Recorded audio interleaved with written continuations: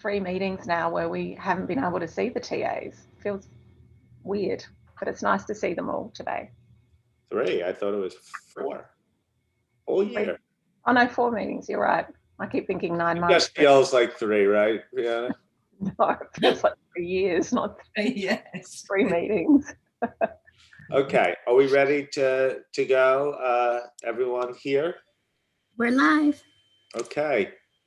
Welcome, everyone, and welcome to all of our observers following us on YouTube.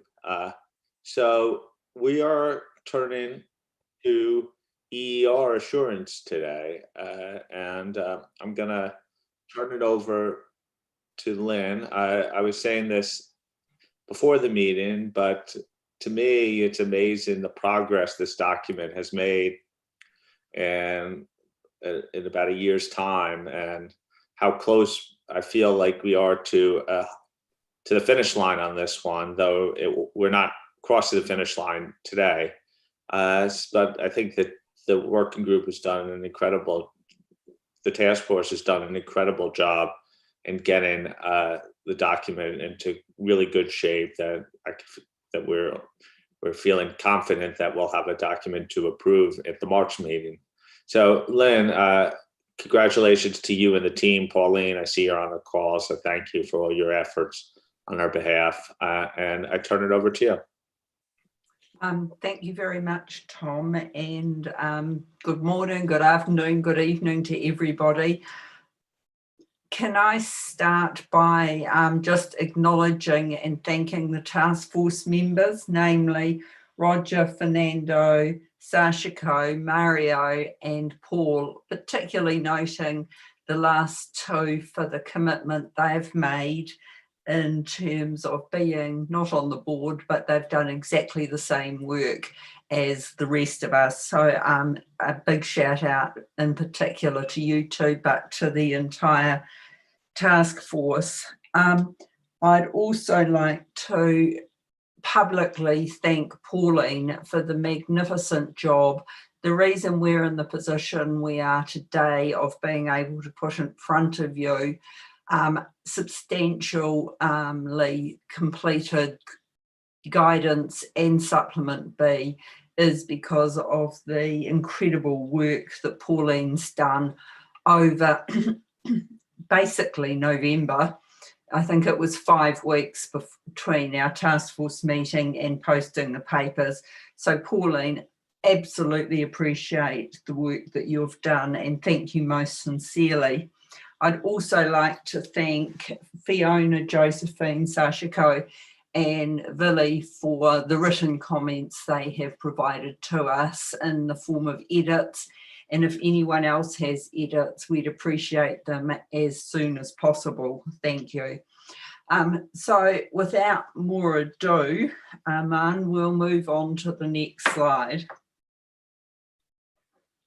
It certainly feels to me like a lot's happened since the September board meeting, not only in moving the guidance forward, but there's been a lot of activity in the sector. Namely, the recent statement of intent to work together by the 5 key EER framework setters and the announcement by IAASB and IAASB that they intend to merge by next year. So there's a lot happening and at some pace. We believe that we're on the home straight with the guidance now, and it's becoming even more important that we get this finalised, recognising in the light of all that's happening, practitioners need guidance now more than ever. This slide sets out the plan of what we intend to cover today. The section numbers correspond with the section numbers in the issues paper. There's a number of important matters that the EER task force is looking for the board's input on, and I'll talk briefly on each of them during the presentation before we hand over to Tom for the board's views. Just to give you a heads up about some of those, There's a number of diagrams we've significantly redone, and we'd like your input on that. Double materiality will obviously be an issue, and we have certainly got split views at this point in time on whether the 3 columns work in terms of limited and reasonable assurance. We have concentrated, you will notice that you don't have an appendix, a supplement A. We, as agreed at the September meeting, concentrated on getting the guidance and supplement B up to date, and we just didn't have time to address supplement A. We do plan to, and it will go through the standard separate process for approval. At the end of the presentation, I'll talk a little bit about next steps as we head towards approval. Next slide, please. After the September meeting, the task force held a series of teleconferences to discuss and agree detailed proposals for enhancing the guidance. We started with chapters 2 and 10, and chapter 10 is now chapter 12, right at the end of the guidance. And as these chapters had the most change, we wanted to get early feedback from board members on the direction we were taking. So in October, we asked for written feedback from board members on those 2 chapters. We received very helpful written comments from 9 board members who were largely supportive of the enhancements we'd made, with some suggestions for further improvement, which we have taken into account in the updated guidance presented at this meeting. The key points from the feedback are on the slide.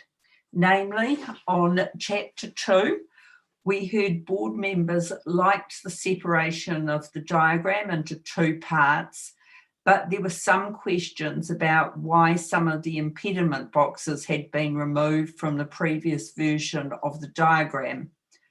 The specific examples were considered helpful, although the group think example attracted a number of adverse comments, so we have deleted that example.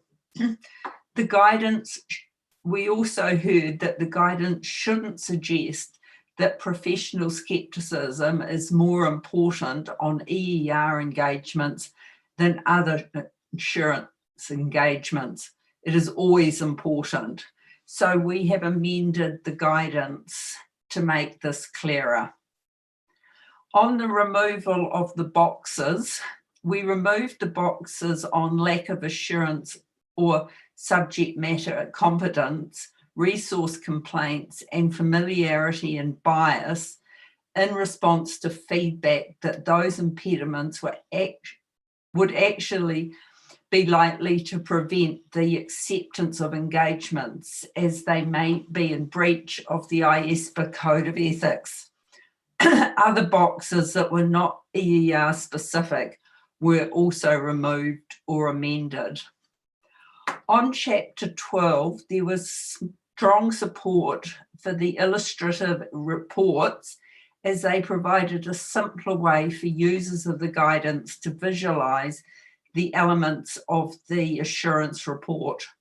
Several board members suggested it would be good practice to follow the order of ISA 700 reports. We have made some changes to make sure that the subject matter information and criteria are identified at the start of the illustrative reports, rather than being buried in the body of the reports. We do think it's important to identify the subject matter information right at the beginning of the report, especially as we understand there seems to be a tendency for some preparers to want to avoid being clear about what has and what has not been assured.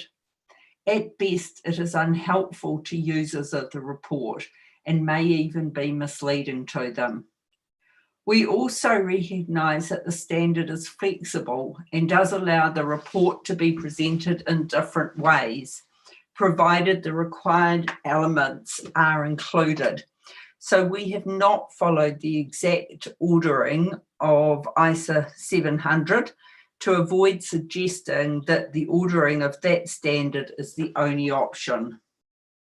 As you know, and we included both a limited and a reasonable assurance illustrative report and annotated to show the basic elements and additional elements that practitioners find helpful to include. The guidance on intended users raised some comments both on consultation and on review of the redrafted chapters by board members, with one noting that it may raise liability issues in different jurisdictions. We have therefore removed this from the guidance.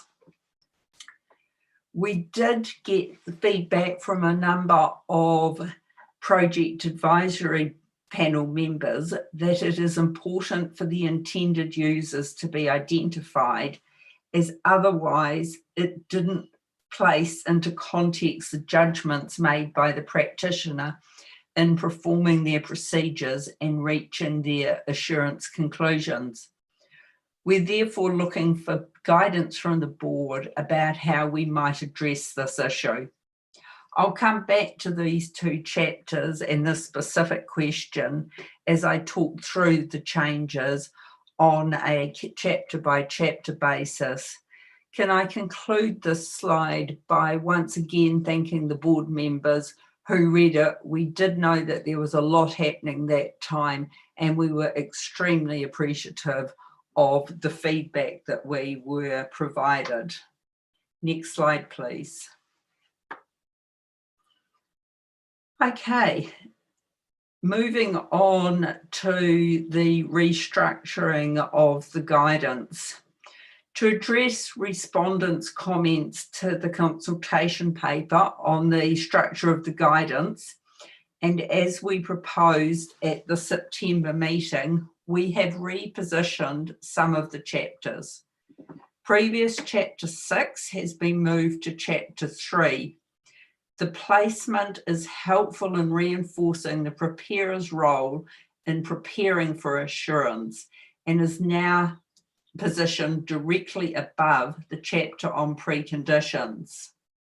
Chapter 10 on reporting has been repositioned to the end of the guidance, as I have already said. We have consequently renumbered some of the other chapters. We've also streamlined the guidance where possible by simplifying the language, focusing on EER specifics, reducing repetition of the standard, and replacing theoretical discussion with short practical examples in the chapters. In finalising the guidance, we also propose to hyperlink from the guidance to the standard and between chapters of the guidance. Next slide, please.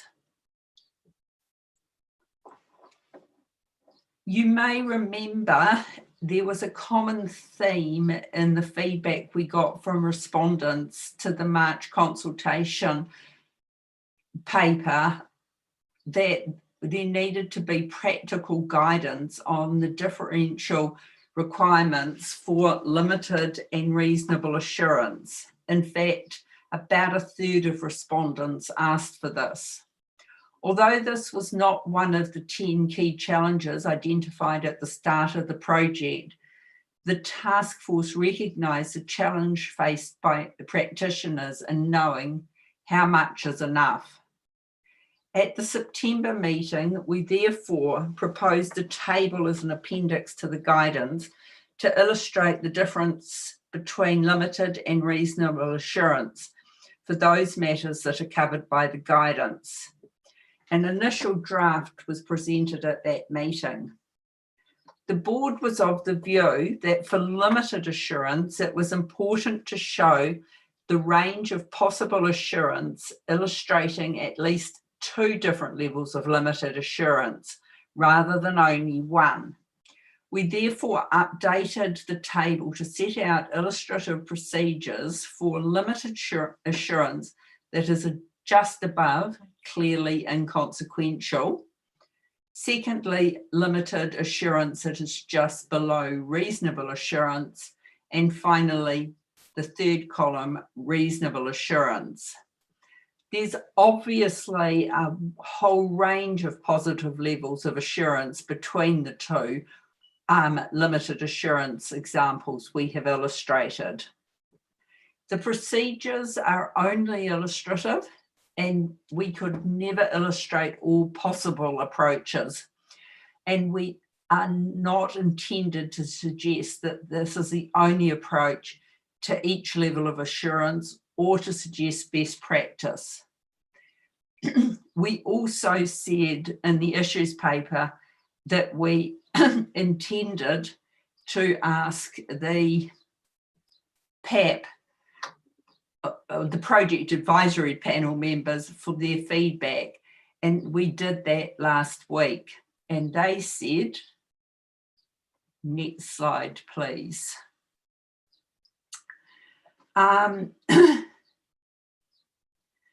PAP members welcomed the illustrative procedures, noting that the table was helpful to practitioners in giving a sense of the differences between limited and reasonable assurance.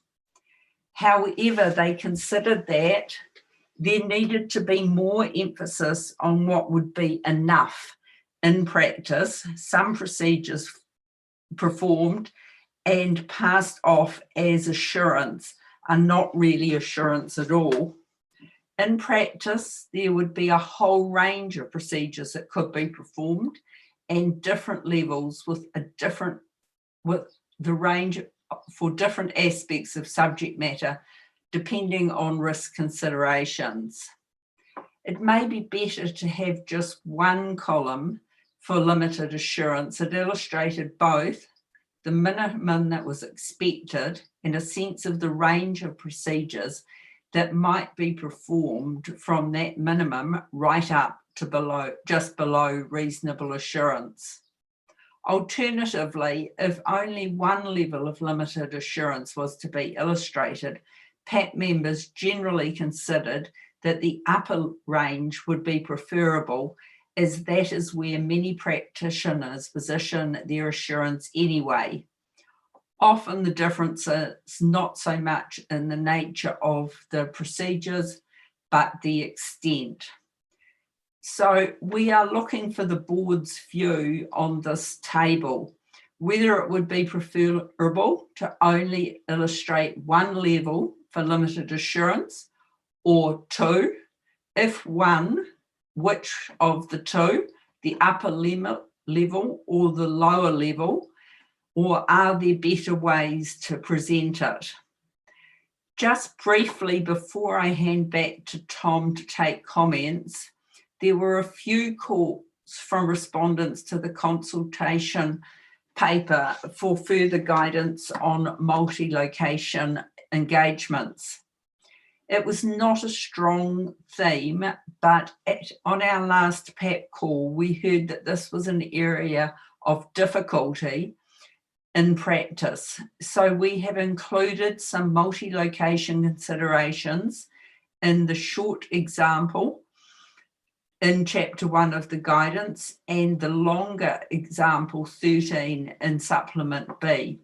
We have not added further material on this topic within the body of the guidance, as it was not identified as one of the 10 challenges. This is in line with what we proposed at the September meeting. So I'll pause there to get your high-level thoughts and comments on the restructured guidance, and in particular on the proposed limited and reasonable assurance.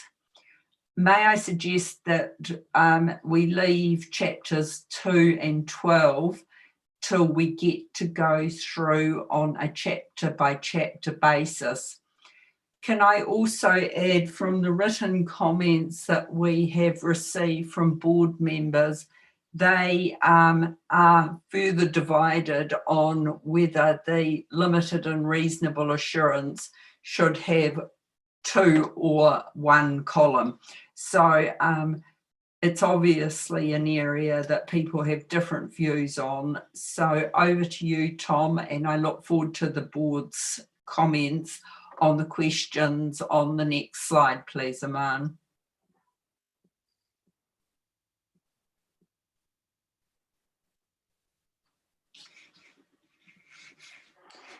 I'm just looking at the questions again. Okay, so questions 1, 2, and 3. 3 address specifically the illustrative table that Lynn has mentioned. We'll start with Fiona and then Eric to follow. Thank you, and good morning, everybody. Good afternoon, good evening. Lynn, well done on getting to where you've got to and doing it all remotely as well. I think I was remarking earlier before the call that you've had all of the hard work and none of the fun, which is disappointing, of course, but I think you've done an outstanding job. Overall, very supportive, and wanted to thank the task force for the work in taking our editorial comments that we provided previously. We're very appreciative. We can definitely see those flowing through. I've provided some editorial comments offline, but definitely no fatal flaws in any of that. One comment I will make, which comes up a couple of times, so I'll just mention it once here. But again, I don't regard it as a fatal flaw, and then I'm pretty sure we will discuss the 2 versus 1. I don't have a strong view either way, so I'm unlikely to give you a clear view. I thought the 2 columns were helpful, and I'm sure we'll talk about the double materiality paper, which is in the appendix, and I've got some comments on that as well. But generally speaking, I have very little to say on the paper because it's in excellent shape, so thank you very much. Overall, I thought the inclusion of the examples were really helpful. And Chapter 2 was much improved. Chapter 12 improved in terms of flow. I thought that was really good as well. Definitely like the positioning of the reports at the end of the chapter. The section on the assertions in Chapter 7 I thought was much improved as well, and that you've removed the categories of assertions, which I was struggling with previously. So it is, I think, much easier to read, and the examples are really helpful too. And the extra material I think you put on external sources was really helpful as well. The one comment I was going to make, there's some references in here to moving information out. So where you've got subject matter that, you know, for example, doesn't look fabulous, and one solution is to not provide assurance over it, but it potentially remains in the report still. Just wondering whether or not it might be worth a little bit of enhanced reminder. There's a couple of places that we've flagged in our comments just to make sure that the assurance provider is also considering, even by leaving that information in there, it's still not having assurance over it, but by leaving it, does that still mislead the reader? So a little bit like the concept we have of, you know, reading the other information, even though we don't provide assurance over it, you still read it to make sure it doesn't mislead. So that's the only comment I would make, and I've provided edits on, I think they're in 5A and 5C, agenda items related to that. On question 2, I say yes, you have appropriately responded, so thank you very much. And if you want question 3, if you had to push me, I'd say the 2 columns, but I don't have a strong view either way. Thank you. Thank you. Thank you, Fiona. Next is Eric. Hi, thanks, Tom. And Lynn, thanks for the introductory remarks. Really impressed with the progress that's been made on this material since September. Think you're very close. Have 2 or 3 comments through the whole piece, and not really major comments. So I think it's in a great place. Really liked what you did with chapter 12 to bring in the illustrated reports, and think they're very helpful. And like the idea of creating guidance that illustrates the difference between limited and reasonable assurance. I think you've done a great job of addressing the comments that you've received on consultation. In terms of question 3 and the appendix, you know, I could live with where it is. I think in discussing with our people, the preference would be to only have one illustration of limited assurance, and that illustration would be at the higher end of the scale.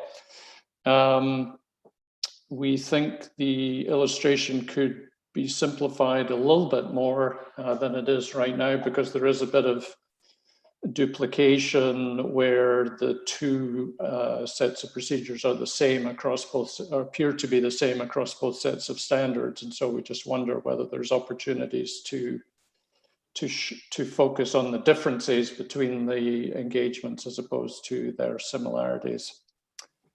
And that's probably all I would say at this point. So thanks very much. It's looking great. Thanks, Eric. Sue.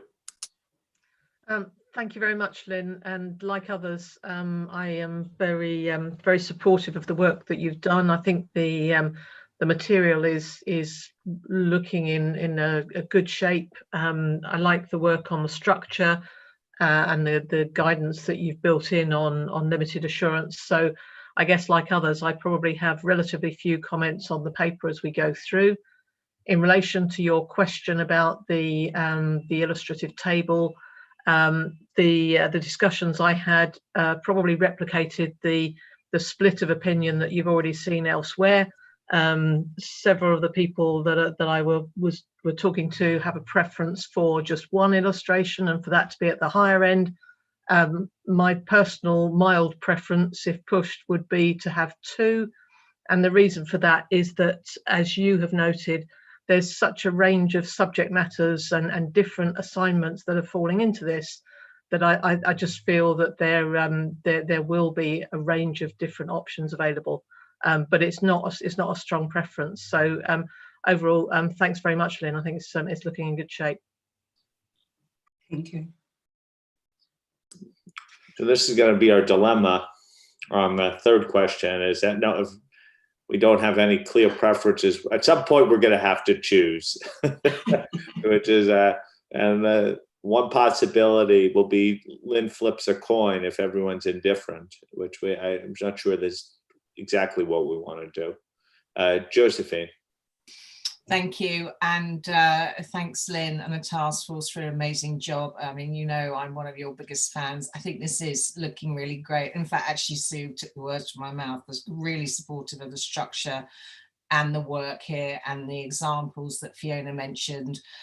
I mean, I can't really praise you enough. It's just, and to Eric's point as well, it is really in good shape. I mean, if we were in a different position, I think we could probably turn this around fairly quickly and get it out the door, but I don't want to put too much more pressure on you. We're already working relentlessly. To Tom's point, maybe then I'll just make a decision, and I will go therefore with two examples for exactly the reason that Sue just mentioned. There are so many different things out there, and the more examples in this regard, the better.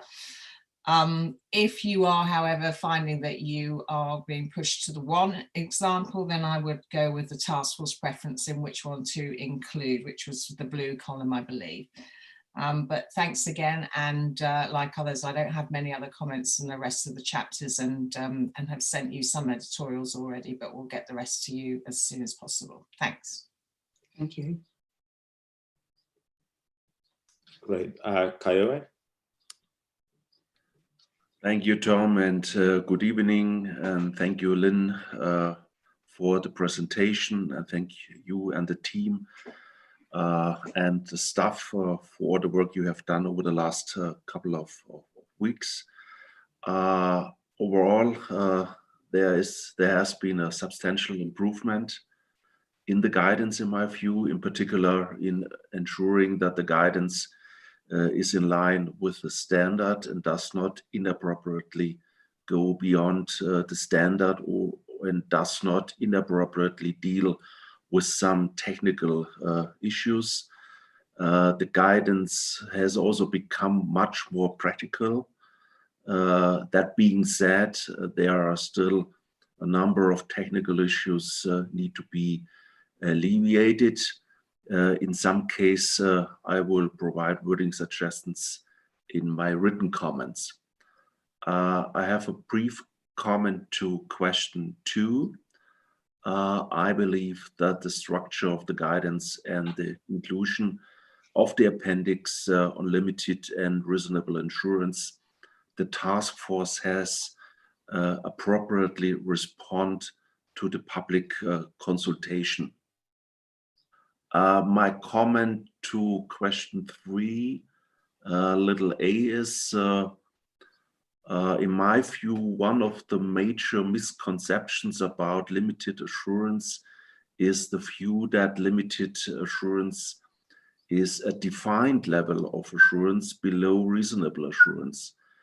However, IAASB 3000 clarifies that there's a range of limited assurance that can be applied between just above that which would likely enhance intended users' confidence to agree that is clearly more than inconsequential and just below reasonable assurance, consequently providing only one example of limited assurance compared to reasonable assurance would continue to feed such misconceptions.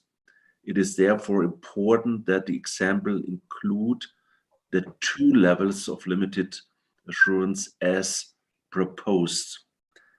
Then I have a brief comment to little b. If one of the 2 levels of limited assurance were to be deleted, with which I disagree, then I would delete the level of assurance just below reasonable assurance, because it is more important to show the lower bound of limited assurance so that practitioners do not seek to obtain limited assurance below that bound. My last comment is a reaction to little c. There I have 2 little comments. The difference between what is addressed for reasonable assurance and the second column for limited assurance is too great to suggest that the limited assurance obtained in this column is just below reasonable assurance. I therefore suggest that more of the considerations for reasonable assurance be also included for the second column for limited assurance, and that the list of additional considerations for reasonable assurance would automatically be considerably less. My last comment is, in addition, while risk assessment and risk response are not required for limited assurance, IAASB 3410 does show that limited assurance can involve risk assessment and risk response, albeit to a lesser degree than that required for reasonable assurance. I therefore suggest that the second column for limited assurance include risk assessment and risk response consideration. Furthermore, I will have some more comments like the other. Thanks, Tom. Thank you. I see in the considerations with the comments so far that 2 illustrative examples are slightly edging ahead right now, but not violently edging ahead. Julie. Thanks, Lynn, and really appreciate all the work you've done on this, and our group where we discussed this really noticed that you've taken a lot of our comments into account. So really pleased with where you're at. We have a few minor things that we'll pass along, but by no stretch of the imagination are they fatal flaws, just for the task force to consider. And with respect to the structure, we're quite happy with that. The moves that you'd made since the September meeting, particularly on some of the chapters already noted by others, we were happy with that structure as well. So nothing really to comment there other than to say good work. On question 3, Tom, I'm sorry, I'm going to actually edge out your one column side of the fence here. Based on our discussions, we were a little bit concerned with showing the two columns and maybe some interpreting that to be quite black and white. And so our preference was one column. If you push me, it would be one column, and the column would be the just below reasonable assurance column, Lynn. I think there's probably an opportunity to discuss the spectrum, but there was some concern about having those columns and whether someone might interpret that to be more prescriptive than maybe what we meant it to be, which was more illustrative. I do think there's the opportunity in limited assurance engagements to describe what you've done from a procedural perspective in the report. And so maybe that may be something we could note as opposed to having the column. So in a nutshell, I would propose the one column as opposed to the two. Thank you. So bringing the race a little bit closer together on the 1 versus 2. Chen Wei. Thank you, Tom. And a very, very early good morning to everyone from Singapore. Thank you, Lynn. Thank you, Pauline, and the entire task force. As Tom mentioned right at the very beginning and echoed by everyone, amazing, amazing progress. So really grateful for all the work that's been done. I find myself reading the papers and although there will definitely be preferences and you'll want certain things done in a certain way, I'm very happy to support where the task force have landed. And I'm very supportive of many things, including the structure, the moving of the chapter 6 to 4, 10 to 12. And I really like the many examples that's been dotted around to really bring those concepts to life. There are some very minor things, like, for example, you mentioned you want to refer to 3000 as the standard, but we still see some references to 3000. So maybe a little bit of consistency, but no big deal. And then I saw one example, we refer to COVID-19 and then the year 2020. I wonder if that will really just date us immediately and whether we should make it more general rather than a very specific COVID-19 example. But again, as I said, I'm very happy to support where the task force eventually land. So no big comments throughout. In relation to our question 3, my personal preference is the 2 columns. I think, as Julie said, black and white, and having 2 columns may make it look too black and white. I thought having 1 may make it sound a little bit black and white for the same reason, but landing in a different place. I think given that the range of possibility is important to illustrate how it could possibly look like in different ways. It is good that we had the opportunity to put this in front of the project advisory panel member. And I think based on what you presented earlier, you're saying that it's important to emphasize what is the sort of minimum acceptable and then the range that could possibly come in. So either way, if it's 1 column or 2 column, I think we just have to bring that message out. If we end up with only 1, I'm sort of with Kai-Wu. I think we should show people what is the bare minimum that will be acceptable.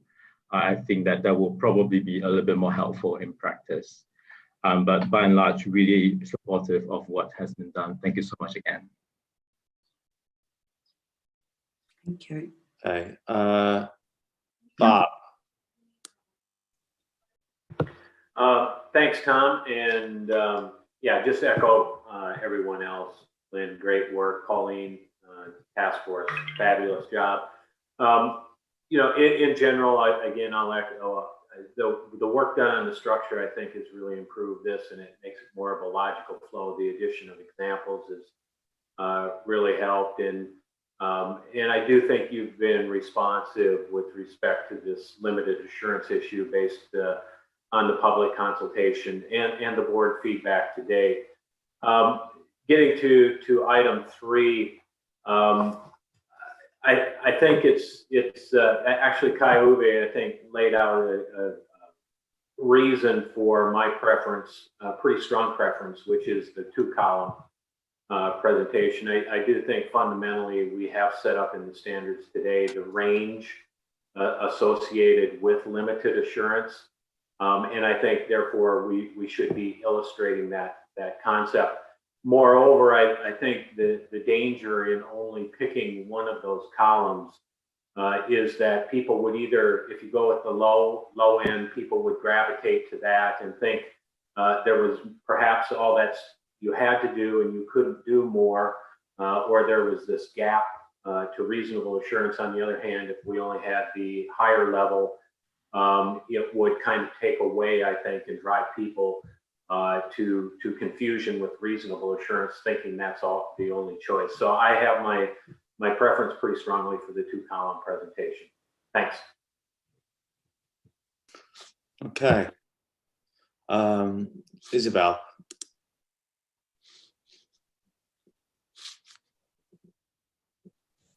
Yes. Hello, everybody. First of all, Isabel, your connection is very unstable. I don't know if you want to turn off your video maybe while speaking. I will do that. Yes, so I wanted to thank the task force for having incorporated most of our comments in the document. And the feedback we had when we prepared is the feeling that now the document is quite mature. And so what I would say is to be interpreted as a very good sign, Lynn. The question was, but why do we have to wait for March to approve it? And why do we say that? We say that because here in Europe, discussion on EER, it's a daily topic. There's a feeling of urgency because you know there's this project to revise the non-financial information directive in Europe.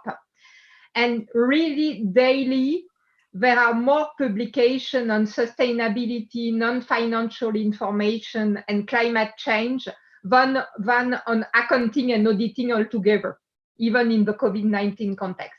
So that's really the topic on which everybody is focusing, also in the governments, the standard setters, the people who are drafting the law.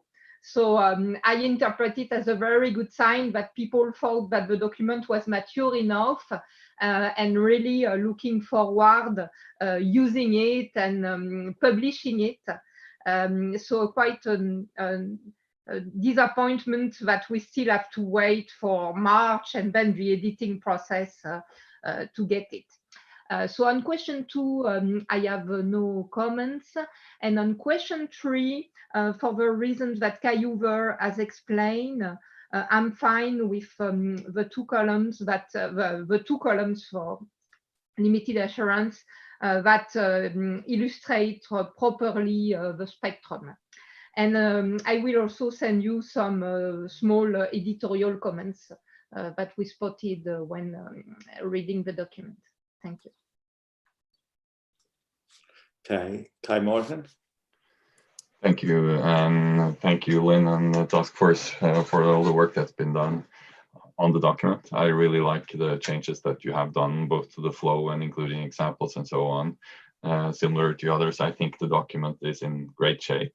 I would also echo Isabel's comment on there is a great push for this kind of information, especially in Europe, as you said. So, and remembering your comment from yesterday saying we should get it out rather than fiddling with it, I would prefer the sooner we can get it out, the better. So I would support moving it this as fast as we can. And on the 1 versus 2 columns, I would prefer having the 2 columns as in the table. Thank you. Okay. Rich. Thanks, Tom. And thanks, Lynn, for the introduction and clearly for all the work that you and the task force and obviously Pauline has put forward to get this in shape. Clearly, a lot of improvements have been made. Structure is much better. The diagrams, I mean, lots of the areas that you guys have worked on based on the feedback that you received. We do have some comments, but nothing, not a tremendous amount. And we haven't sent you our comments, written comments, but we will.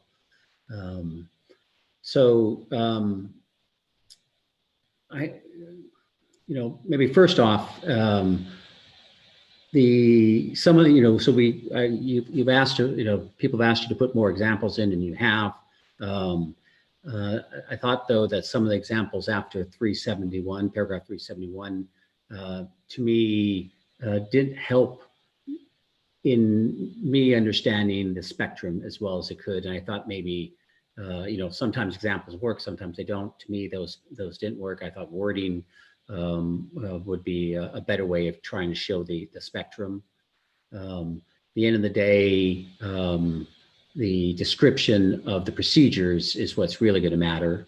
And so, again, I thought the examples weren't helping me there. And while I'm not generally opposite of Kaiua, on the part about the just above meaningful and just below reasonable, I did not think that helped me. I somewhat understand where it's coming from, but I just thought it was very theoretical. It took me off to the wrong place when I was trying to understand my spectrum.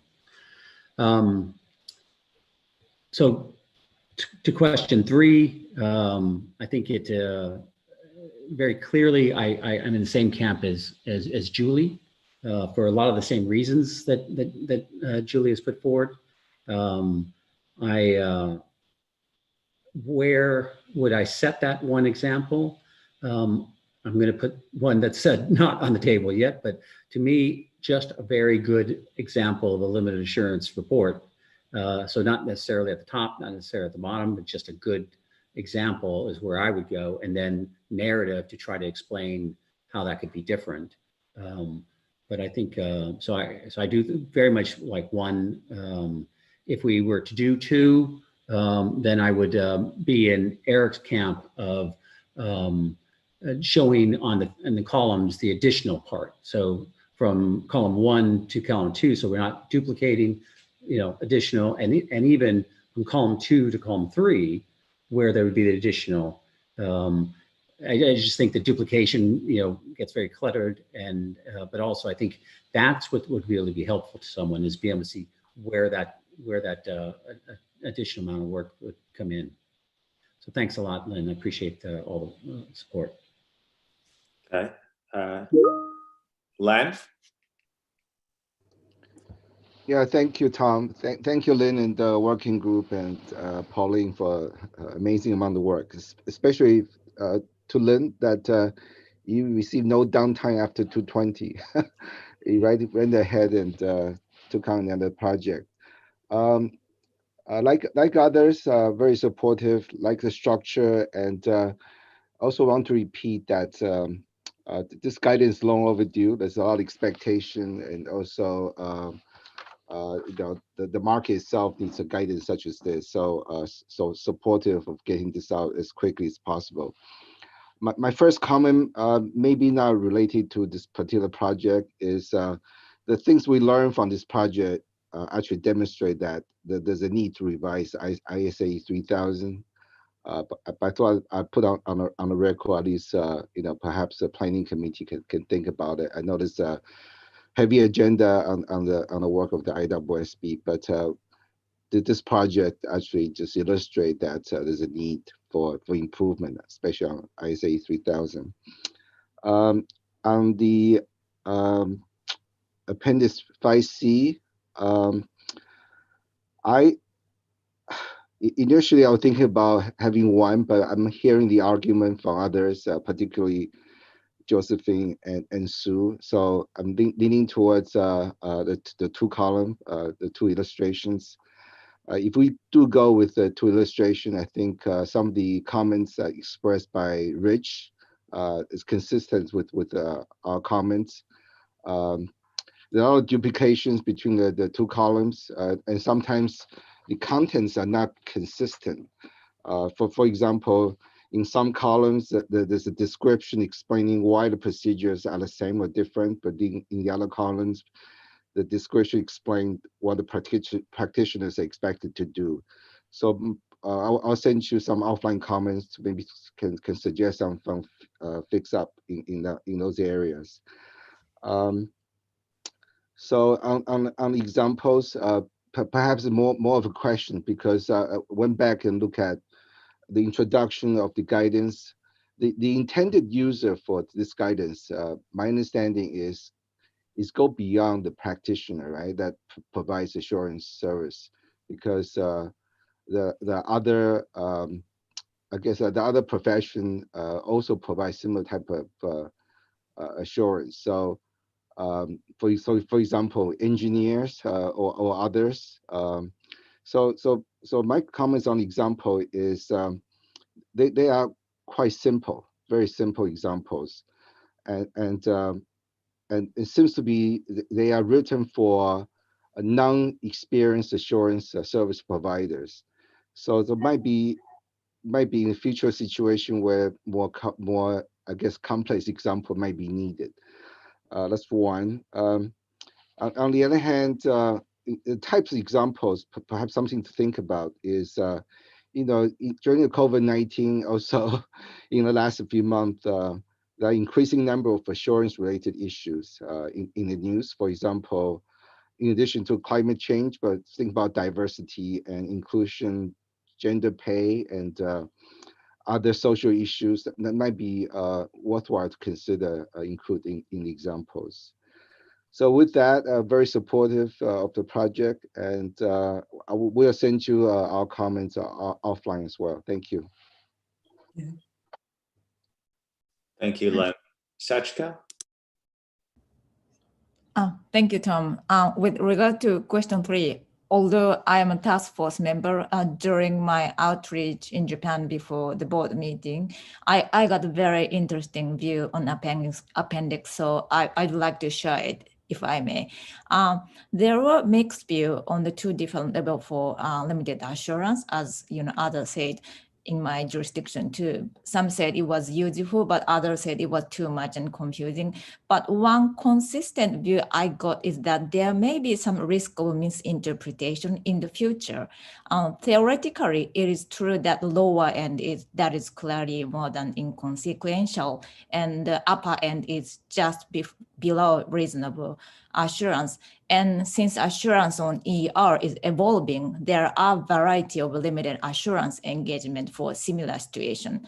But in the future, as the practice evolves, it is ideal that there is some consistency in the level of assurance provided if the conditions such as underlying subject matter or intended users are the same as we have only review engagement for financial information. However, as this appendix explicitly illustrates, there is a 2 level. It may become some drawback for convergence in the future. So people suggested that we need to have very clear explanation in the intro to avoid such risk, to explain that it is just one theoretical explanation. Of course, we have some explanation already in the appendix in intro, but perhaps we can consider some clarification if we will retain 2 columns. That's what I heard. Thank you. Okay. Imran had stepped away for a second, but he pinged me that his preference is two columns as well. Vili, did you want to share anything on this topic? Yes, Tom, I'm trying to keep a tally here, and maybe Lynn said that the task force is also, there were different views in the task force as well. So maybe it is worthwhile to hear from the task force members as well. I've got it at the moment on 1, 2, 3, 4 for 2 examples, for only 1 example on limited assurance, and then 9 for 2 examples on limited assurance. Like I said, that's under correction. I'm trying to keep the tally as closely as I can. I must say, and I mean, in the end, it is the board's decision and the task force recommendation. I do see that there's probably, if I can go back to Kai Uwe's argument about it's a spectrum, and that's true. But I do feel that for the same argument, you can also say that, you know, as reasonable assurance is not an explicit point on the spectrum, but rather a range toward the upper end of the spectrum. Similarly, limited assurance is not a specific point on whatever is below reasonable assurance. And I do feel that there is probably a risk of confusion and misinterpretation if you try to put those 2 things alongside each other, because I think there could be an interpretation that is that you can do the one or the other, whereas I think in a particular engagement you would engage with the client, and especially in a limited assurance engagement, you would be much more descriptive in terms of the type of work that you're going to do.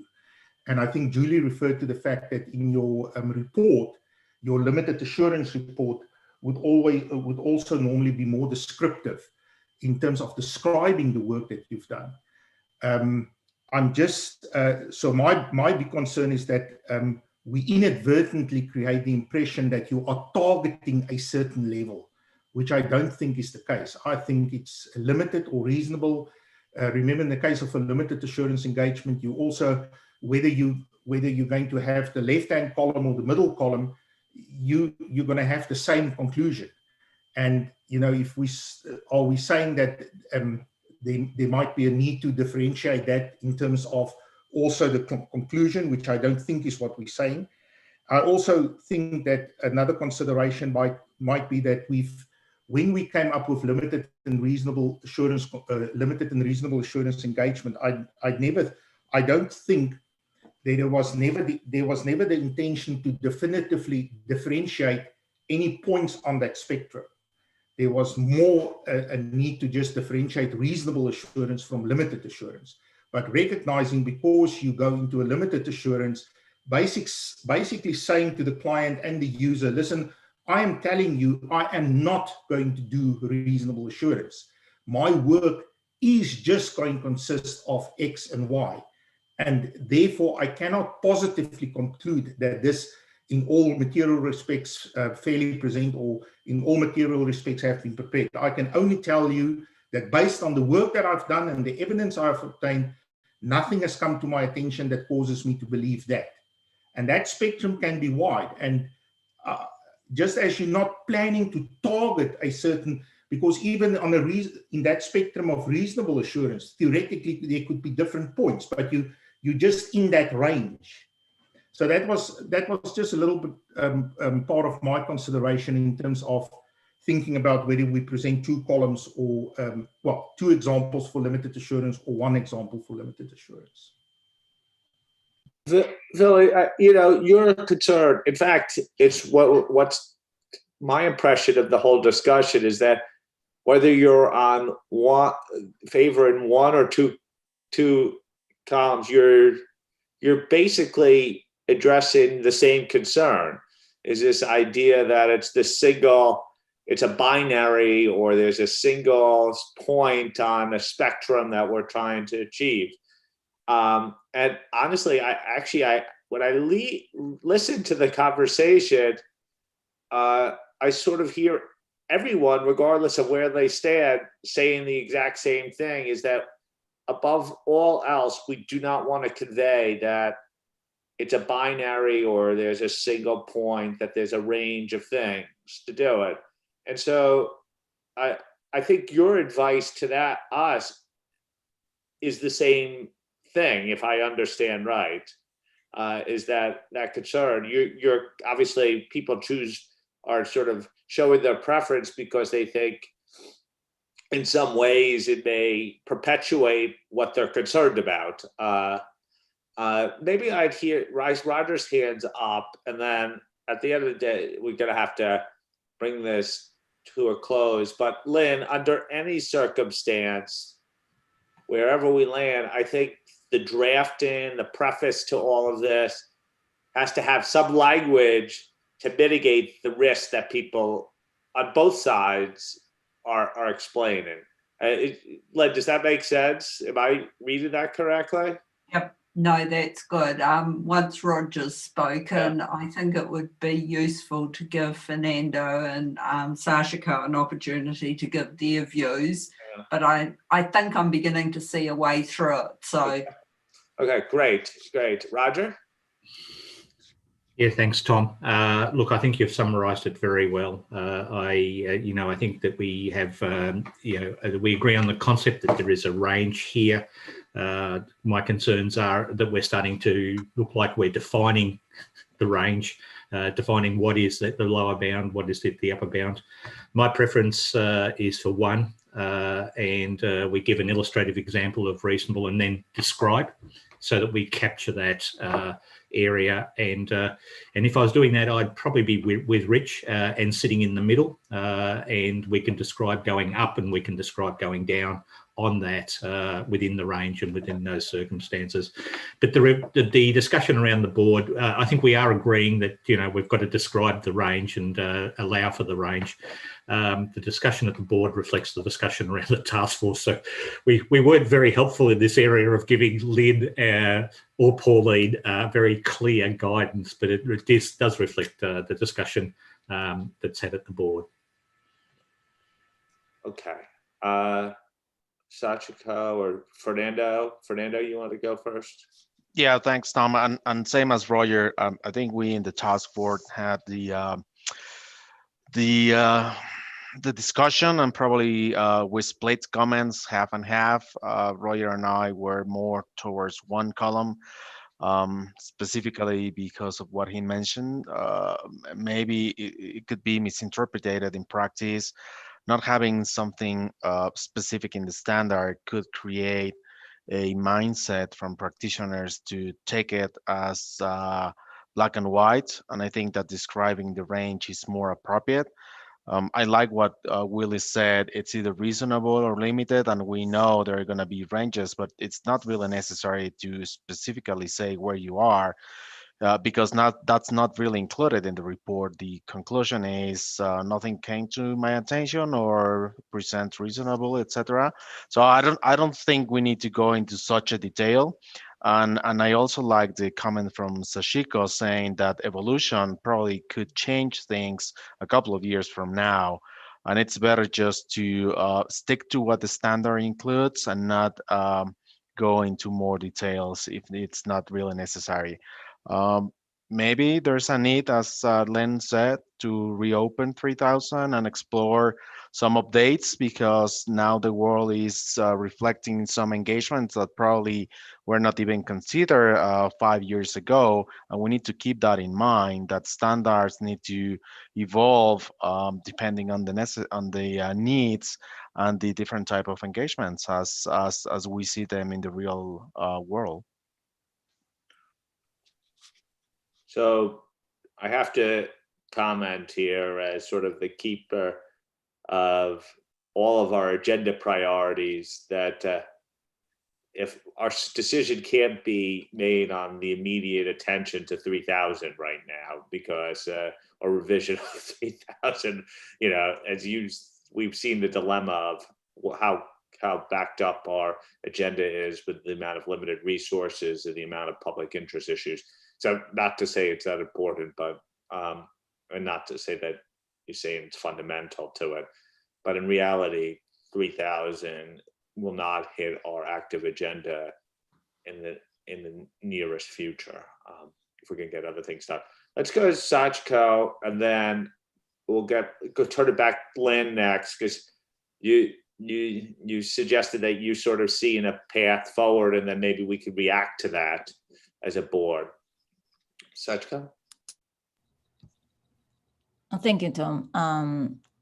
Hearing the discussion so far, my preference is actually one column, because maybe having to create some risk of misinterpretation. So I think it would be preferable if we could have some simple appendix and then provide guidance around, about the range of possibility.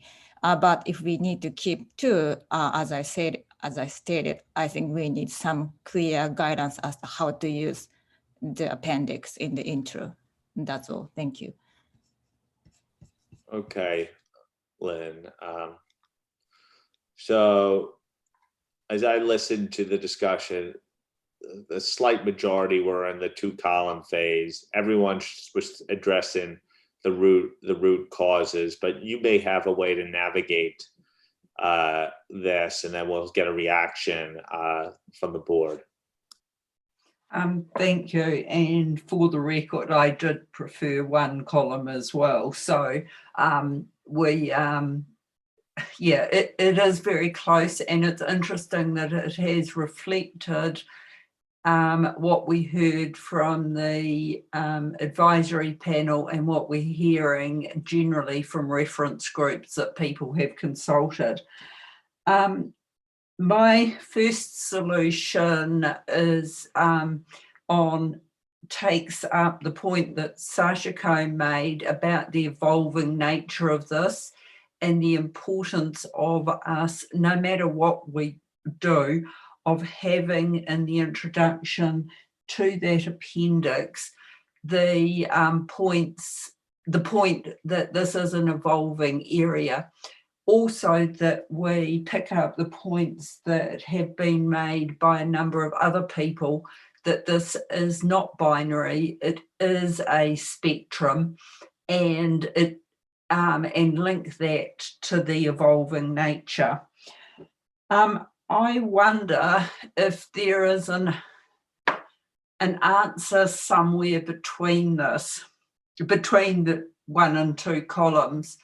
And my potential solution is if you can envisage the limited assurance, the 2 columns actually being merged into 1, that across the top say limited assurance. So we end up with a column on limited assurance, a column on reasonable assurance. The limited assurance one still has the 2 columns under it, but has a diagram that shows it's a continuum. So across the 2 columns is that this is a continuum. It could be at any points. And instead of having a firm line between the 2 limited assurance columns, it's a bit fuzzy, however we do a fuzzy line. So we graphically show that this is a spectrum, and then we work on the wording and the changes that people have suggested in terms of those appendix. So we maintain the 2 columns, but we also graphically show the continuum so that people know there are other points you could go between the 2 of them. So that's a starter for 6 in terms of a potential way through this. While people are thinking about that, let me just comment on the other things I heard. Firstly, I heard I heard unanimous support for what we've done with structure and examples, and I thank you for that. In terms of, yes, I do hear people asking us to go faster and get this guidance out, and it would be my dearest wish to get it out as quickly as possible. But I've thought through potentially how could we do that. It would be a phone call. It would probably be in February, and it would only be a month before the board meeting.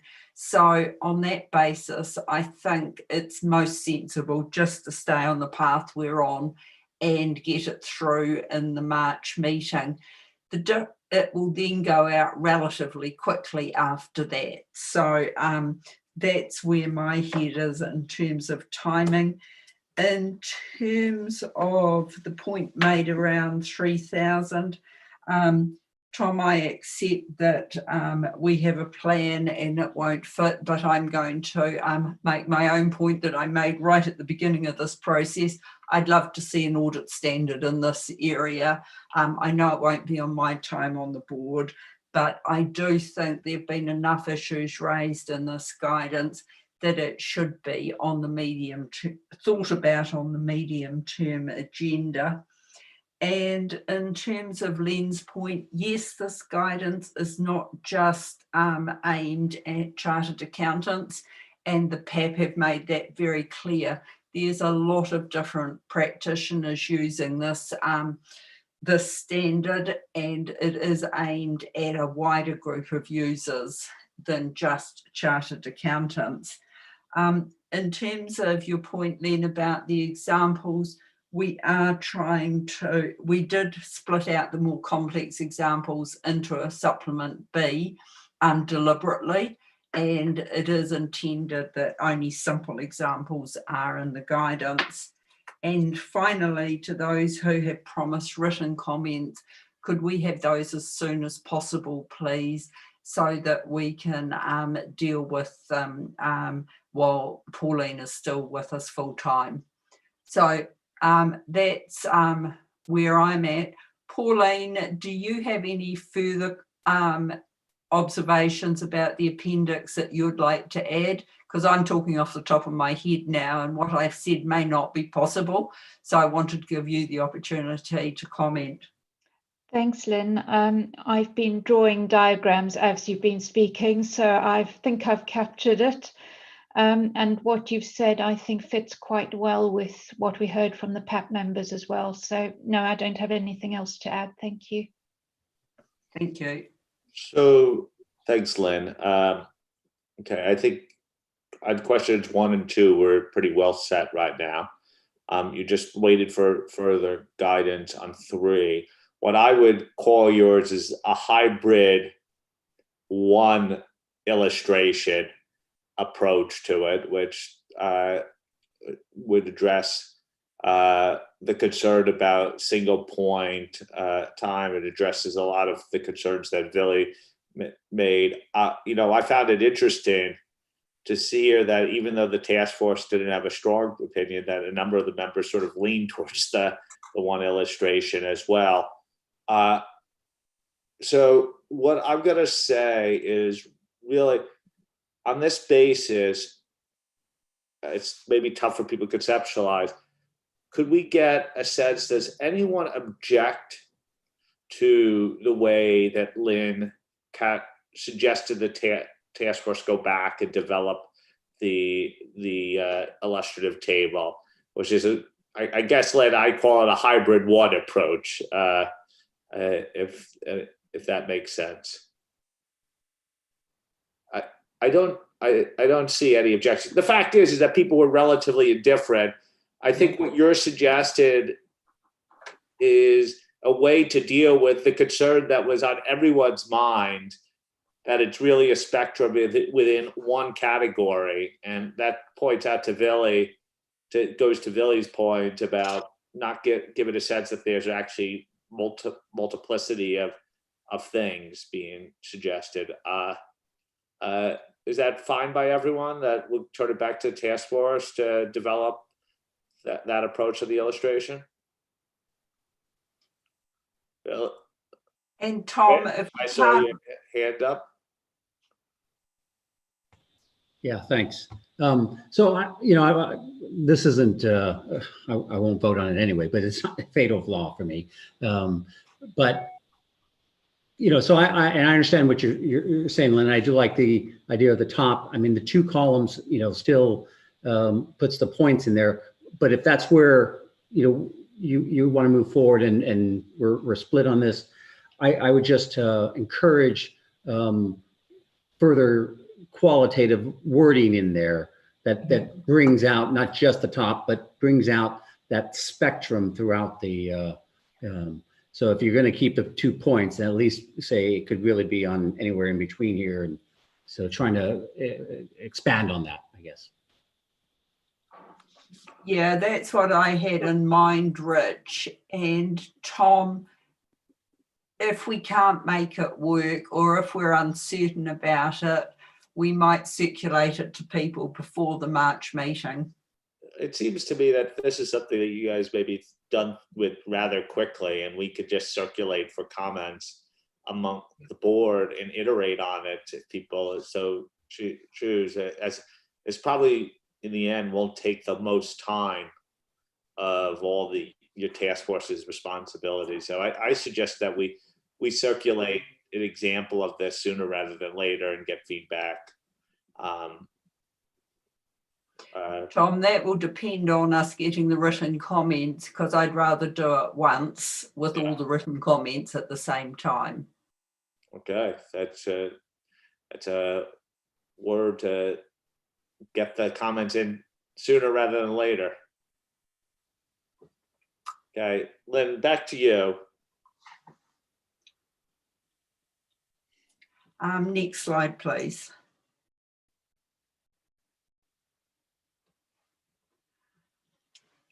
Okay, at the September meeting, we set out a number of proposals to respond to the feedback we'd received from respondents to the March consultation paper.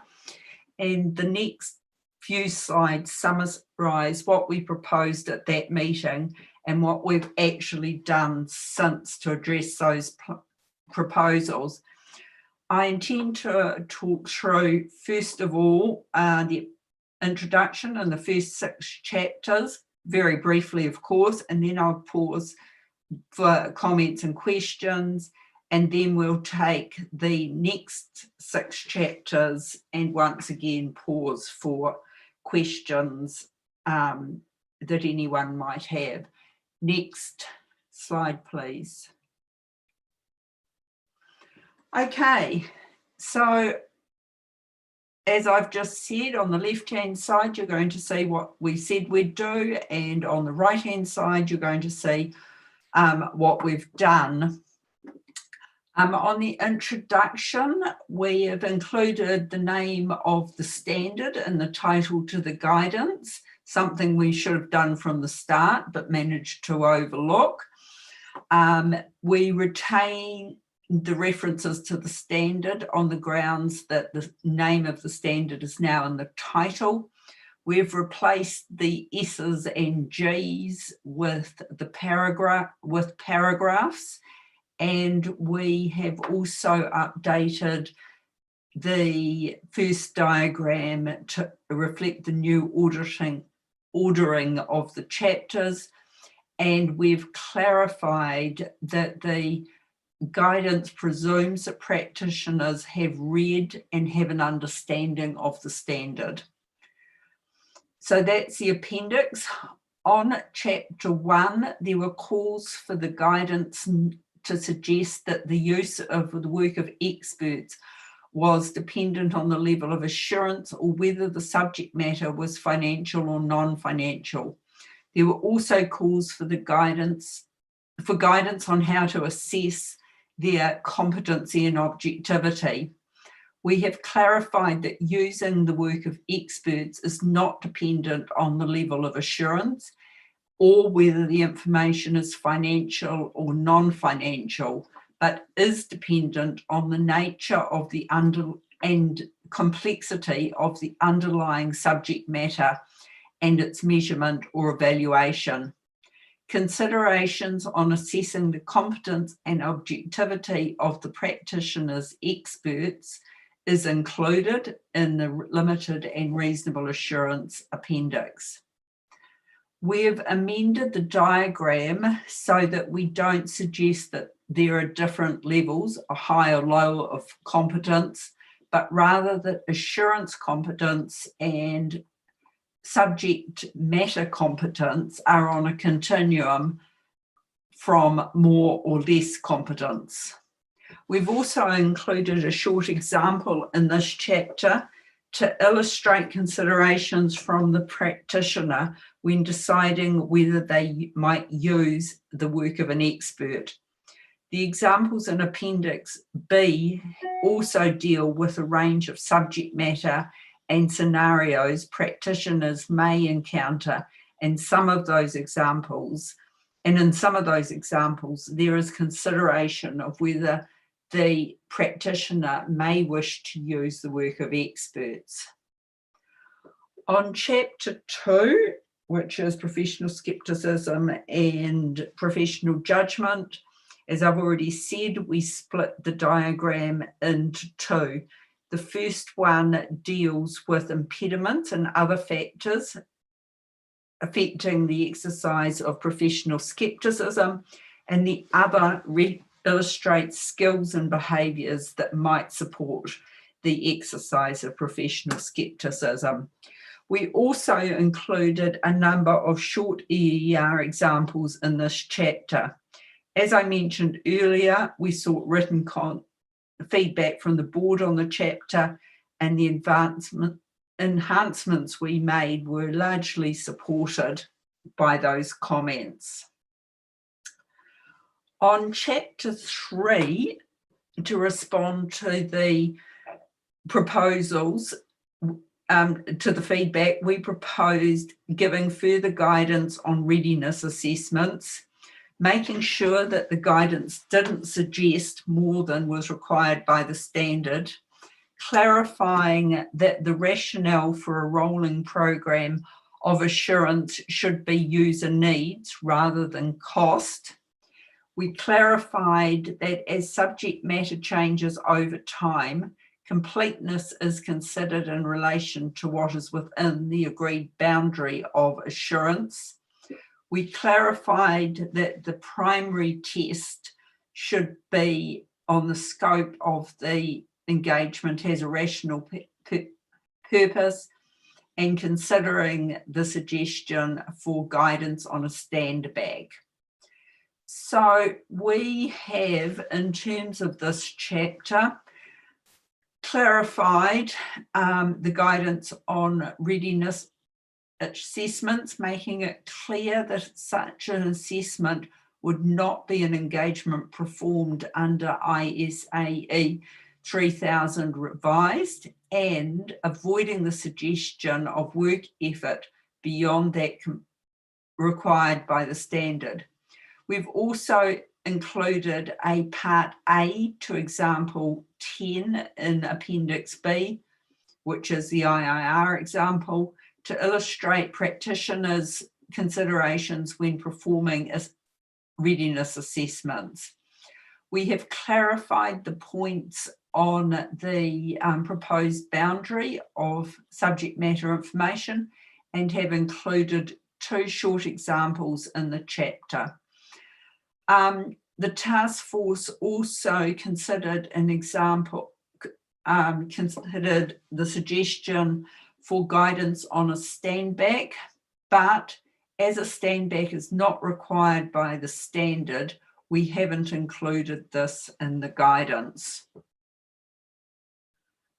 We also said we'd look at simplifying diagram 5. You'll remember it was variously called an umbrella or a jellyfish. And we were asked to either simplify it or delete it.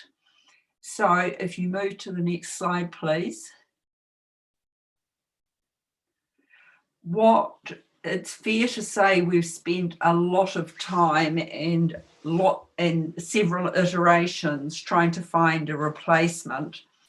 The diagram was originally drafted, so we went back to why we'd done it, and the reason was to illustrate the interrelationships between the different preconditions and between the preconditions and the engagement circumstances. And so we didn't want to lose the sense of those interrelationships. One of our PEP members, in listening to our first call with them after the meeting, sent us a draft diagram for consideration, and we thank Jo Kane very much for that.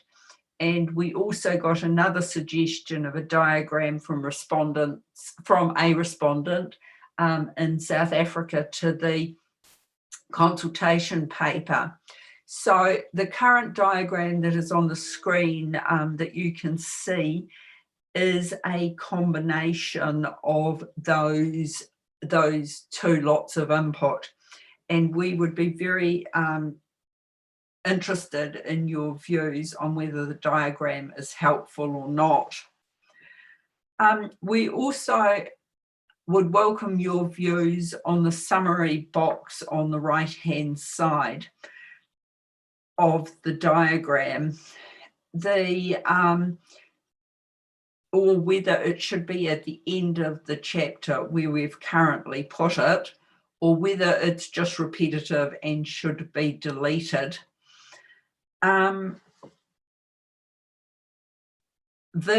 Just to give you an update on where the project advisory panel got on this, they thought that both the diagram and the table were very useful, but they preferred to position the table of practitioner considerations directly after the diagram, as the two related to one another and provided a good summary. The more detailed paragraphs should then provide additional guidance as needed. And they didn't consider the material to be overly repetitive. Next slide, please. Okay, chapter 4, which used to be chapter 6 and has been repositioned. And we had comments from respondents on the consultation paper that the focus of the chapter was on preparers rather than practitioners. It should be on practitioners, but should not suggest requirements beyond the requirements of the standard. Some respondents also noted that the use of the term criteria should be as in the standard and should be used consistently in the guidance. We responded to that feedback as proposed in September by clarifying that while the guidance may be useful for preparers, it was not developed with them in mind.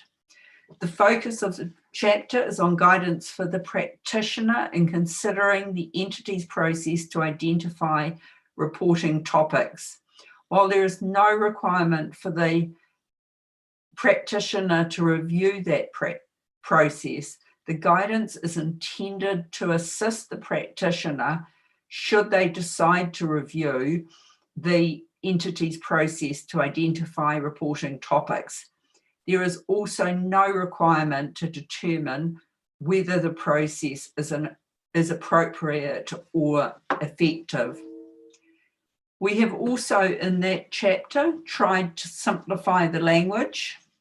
We have updated diagram 8 to avoid suggesting that the practitioner is responsible for evaluating the effectiveness of the entity's process to identify reporting topics.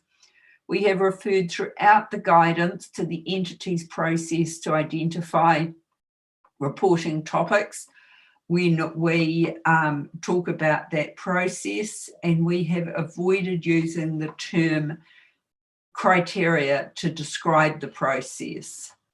I'll come back to double materiality when we get to chapter 9, and I expect some discussion around that.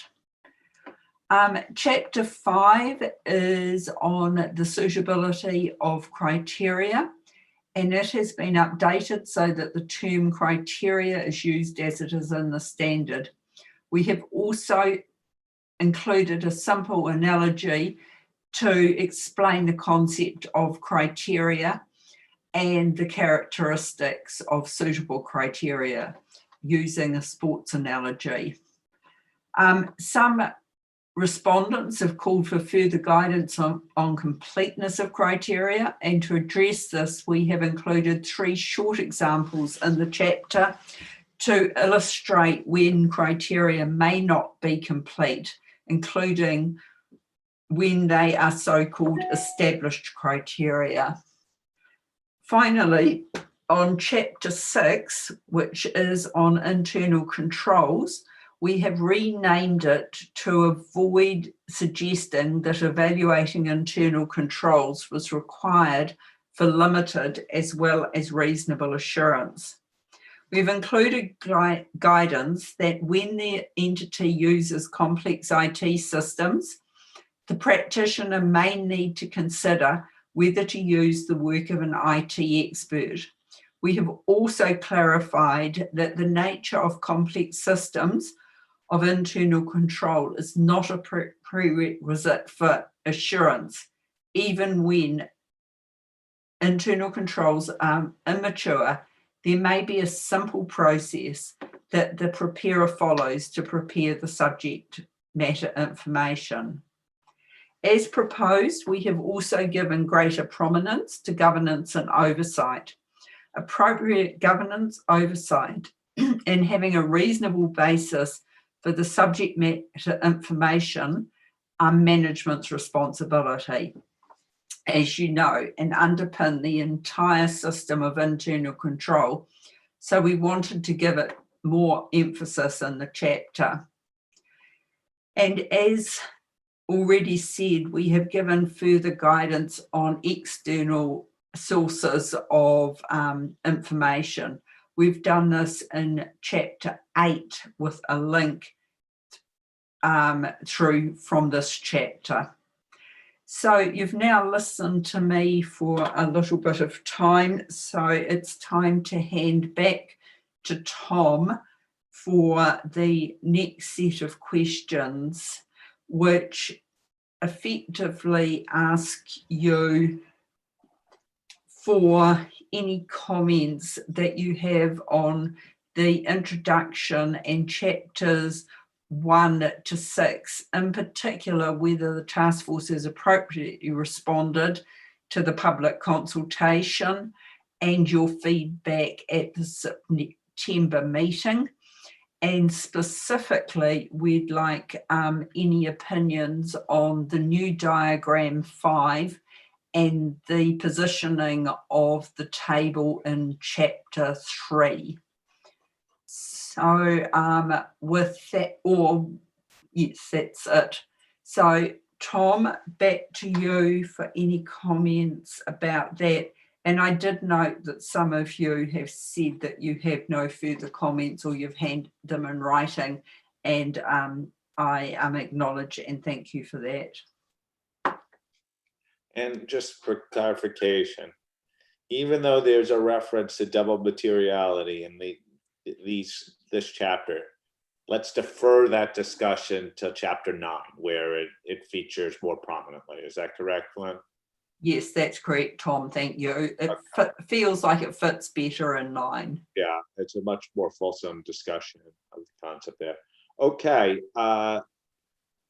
If you have no comments, don't feel obliged to have to make them. Of course, you can pass your comments, written comments, to the task force, but I'm happy to take comments as well at the same time, answering questions 4 and 5, chapters 1 through 6.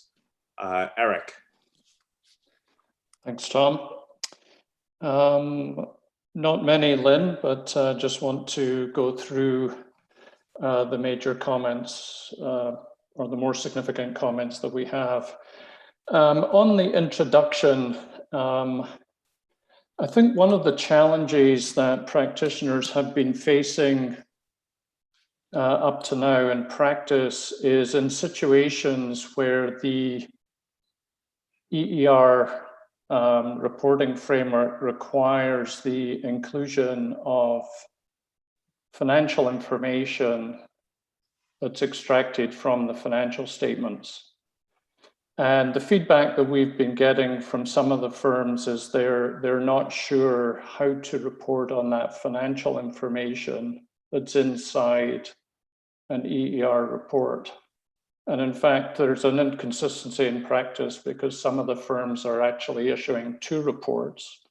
One is an 805 report on the financial information, and then a 3000 report on the non-financial information.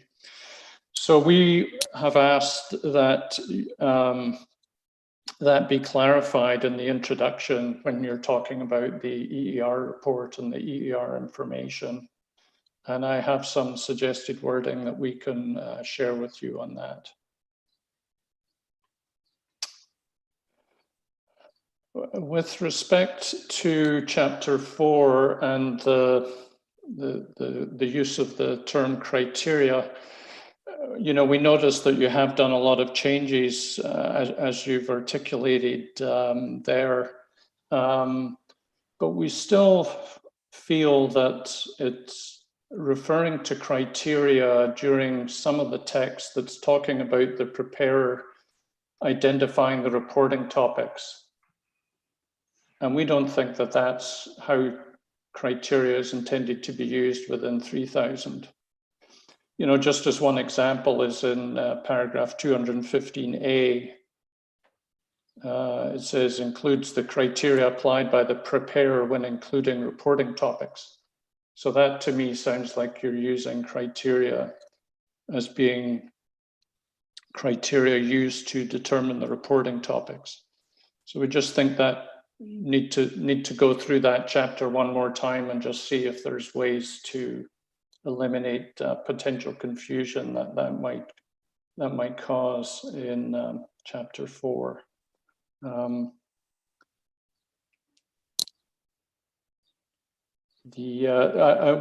approach might be to use a slightly different term, like you could perhaps call them preparation criteria or something like that, just to differentiate them from the suitable criteria that is in 3000.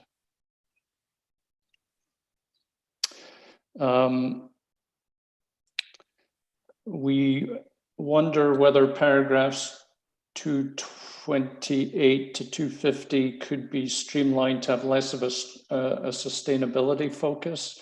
We noticed that a lot of the steps in there seem to be focusing in on sustainability. And my comment on chapter 4, you'd also need to take a look at chapter 5, because I think it happens a bit in there too.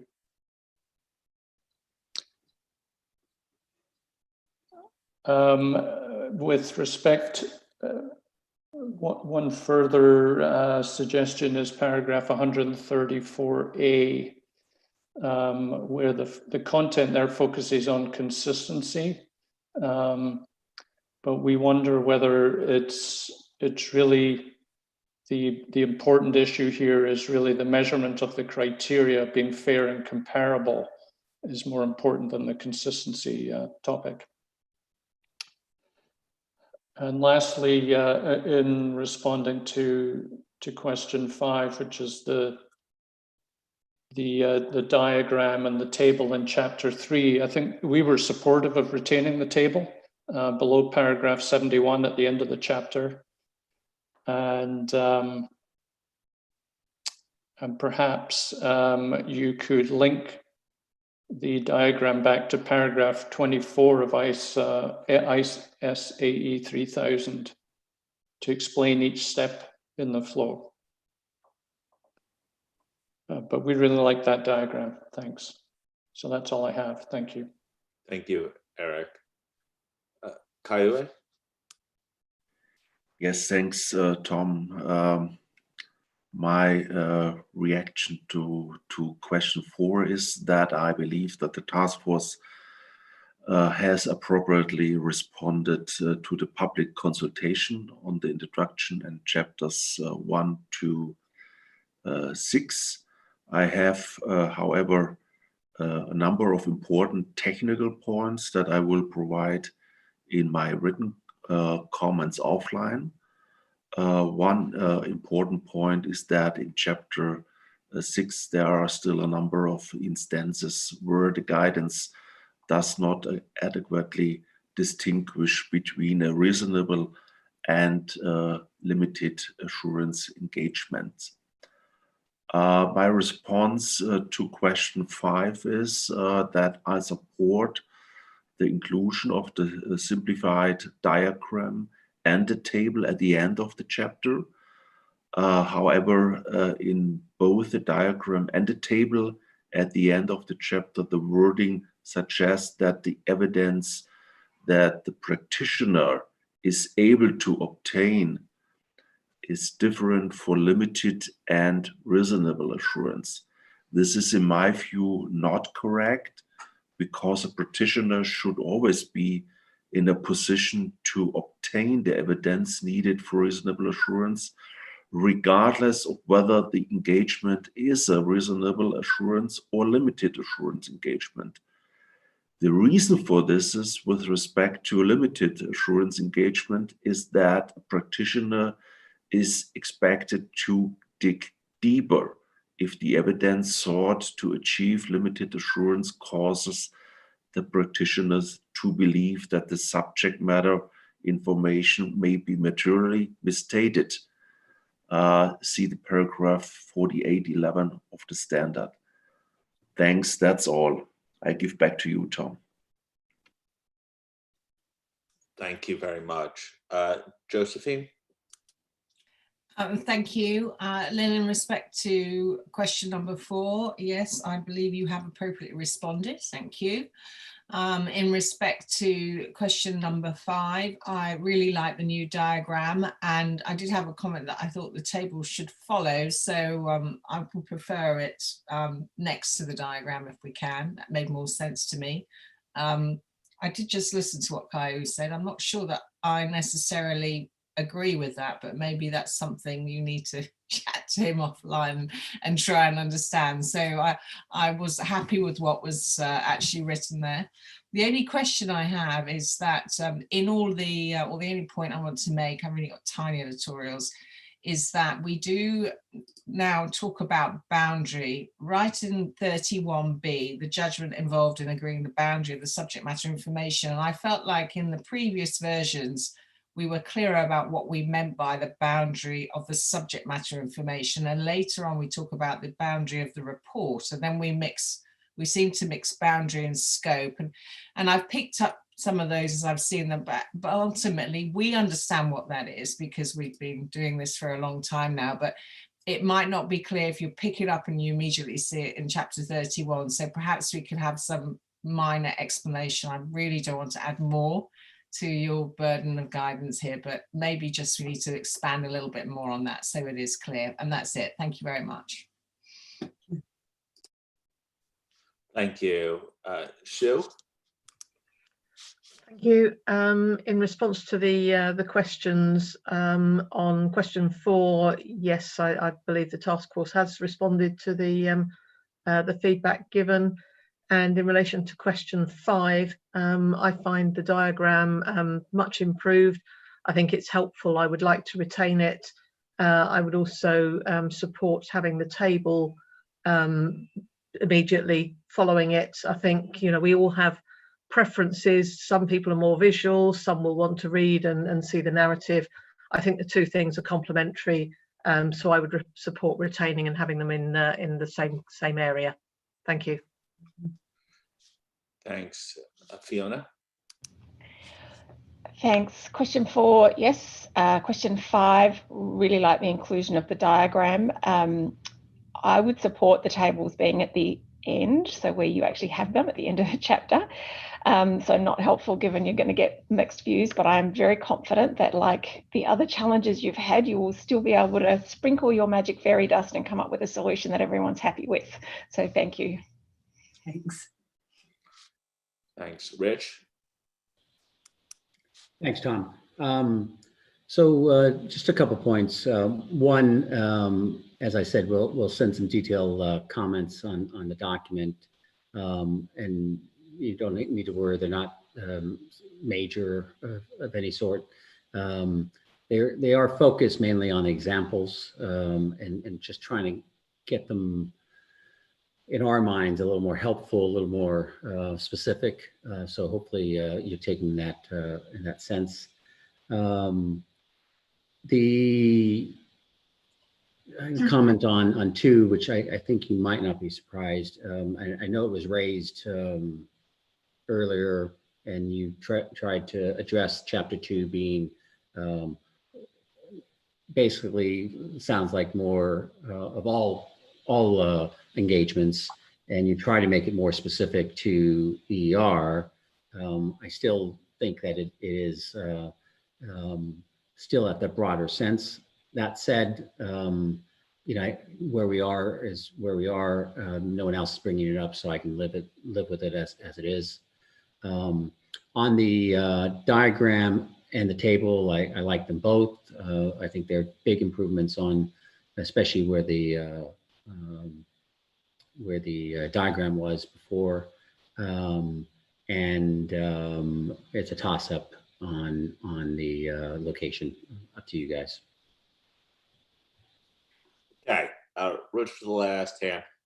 I just want to confirm, because 4 is a real due process question, and by silence, I assume that everyone believes that the appropriate response has been made to the public consultation.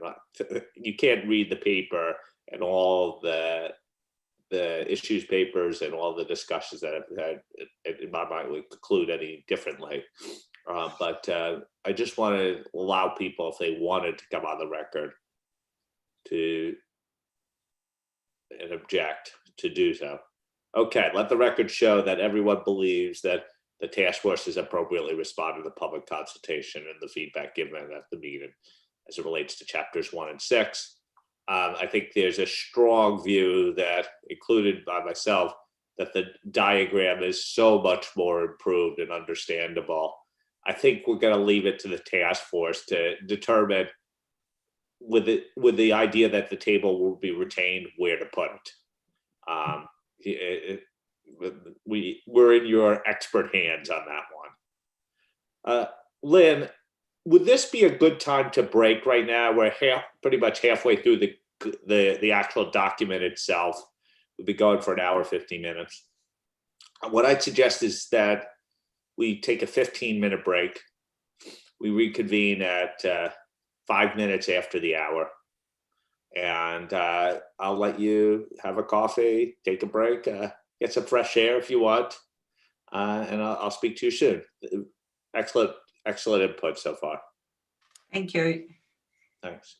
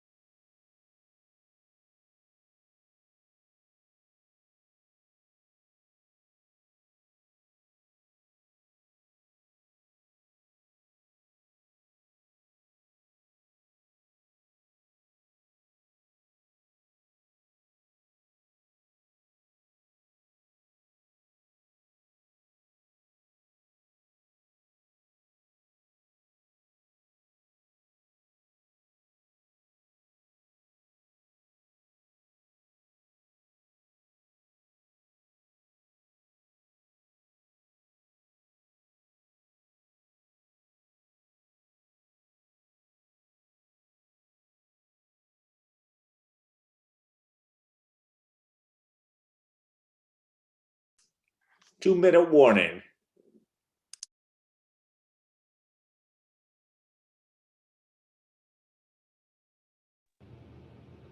It's like you're channeling Arnold.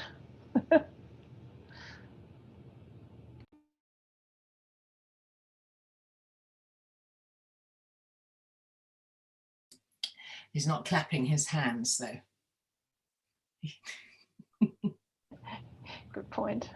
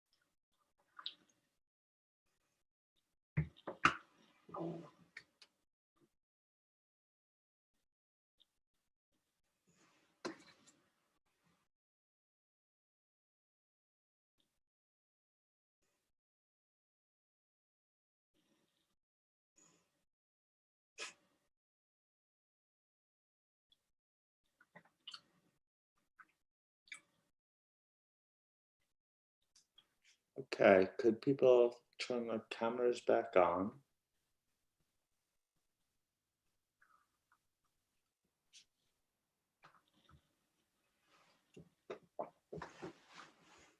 Okay, I think we're nearly all back, and I don't want to slow progress. So Lynn, I turn it back to you. Okay, before I actually start on chapters 7 to 9, we have got a new concept for the staff and board in putting together task forces. Roger created this, and it's based on the police chain of evidence. We had, for reviewing these papers, a chain of review, and it requires you to get the different timeframes in order. So Pauline wrote, I reviewed, Roger and Mario followed in Australia. Then we had Sashiko in Japan, and then it was a mixture in terms of the UK, North America. So it was a very efficient way of review. So staff, when you're thinking about this, can you get the countries in the right order, please? Okay, moving right on now to chapter 7. Chapter 7 hasn't got too many changes. It is the assertions chapter. The two big changes we made were to be clear that assertions are not required to be used, and if they are, they can be used differently for a limited assurance and for reasonable assurance. On chapter 8, a number of respondents found the considerations for the practitioner table in paragraph 284 helpful, and we proposed keeping it but splitting it into 3 sections, one for each of planning, execution and completion to make it easier to read. We also proposed making it more EER specific and focusing on risk considerations. In going through the table, we made the decision that it was more sensible to split it into 4 rather than 3 sections. To split it into 4 sections. One was on risk considerations. The second one was on what evidence is available The third was on considerations when designing and performing procedures. And the fourth one, considerations when evaluating the sufficiency and appropriateness of evidence. While many of the considerations are generic, the task force considered it would be more helpful to retain those as generic considerations, but we have replicated the table in Supplement B, it's now example 13, and have included EER specific examples for each consideration that might be addressed. We've also enhanced the guidance on external information sources. That's a bit of a theme that runs through the chapters. And we've made a clearer link between this chapter and chapter 6. Lastly, we've replaced some of the theoretical discussion on aggregation risk and performance materiality with a practical example in paragraph 288 of the guidance. And we note our error in the reference in the issues paper to this paragraph. It should be paragraph 288 of the guidance, not paragraph 267 as we have in the issues paper, and I apologise for that error. We also made a link between this material and the material on materiality of misstatements in chapter 9. Moving right on to chapter 9. Chapter 9 has been enhanced to make it clear that materiality of misstatement is considered from the perspective of the user of the assurance report and gives examples of how misstatements might arise in presentation and disclosure. The task force have also developed an example in Supplement B to illustrate how both quantitative and qualitative misstatements might be identified, accumulated, and evaluated.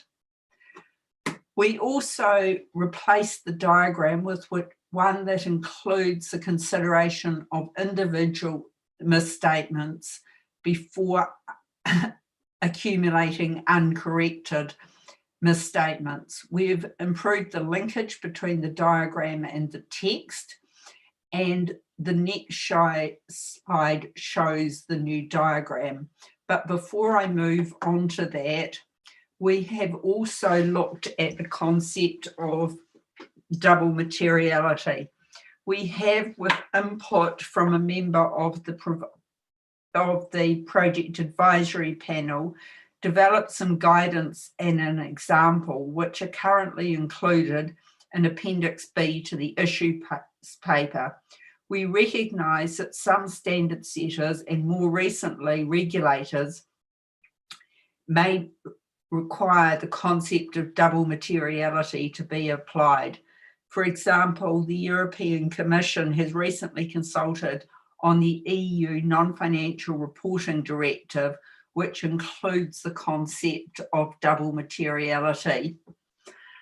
Our project advisory panel members have also been keen to see further guidance developed in this area and welcomed what we have done. One of the PAT members also noted that on a recent webinar just 2 weeks ago, that it was clear that the European Commission is unlikely to wait for other standard setters, but is to likely push ahead with double materiality concept in the non-financial reporting directive. But we wanted to put it to the board as to whether the concept is consistent with the concept of materiality as is envisaged by the standard. And we have therefore deliberately not put double materiality into the guidance at this stage, because I think there is an important first question, and that is double materiality consistent with ISAE 3000 revised? And when we come to the questions, the comment section, particularly interested in your answer to that. Next slide, please. As I said, I was going to show you, this is just to remind you of the diagram that I am referring to. I don't intend to go through it. You have seen it in the guidance. Next slide, please. Okay, the final three chapters.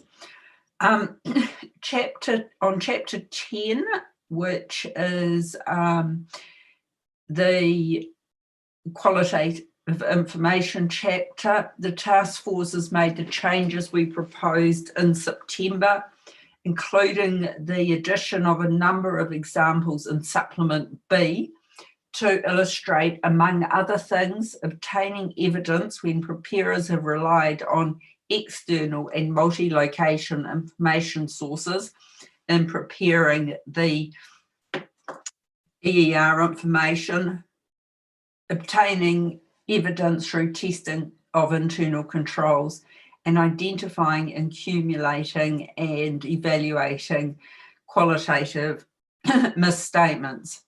We've also developed 2 short in-chapter examples to illustrate considerations for the practitioner on the entity's processes and internal controls and other information.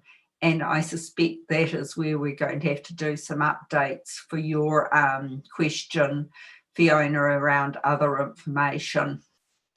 For Chapter 12, the task force has put another example into Supplement B, other additional examples into Supplement B. These examples illustrate further considerations for the practitioner on future-orientated information. We've also developed a short in-chapter example on the types of evidence that a practitioner may obtain. As mentioned earlier, Chapter 12, we've replaced some of the text with 2 illustrative examples.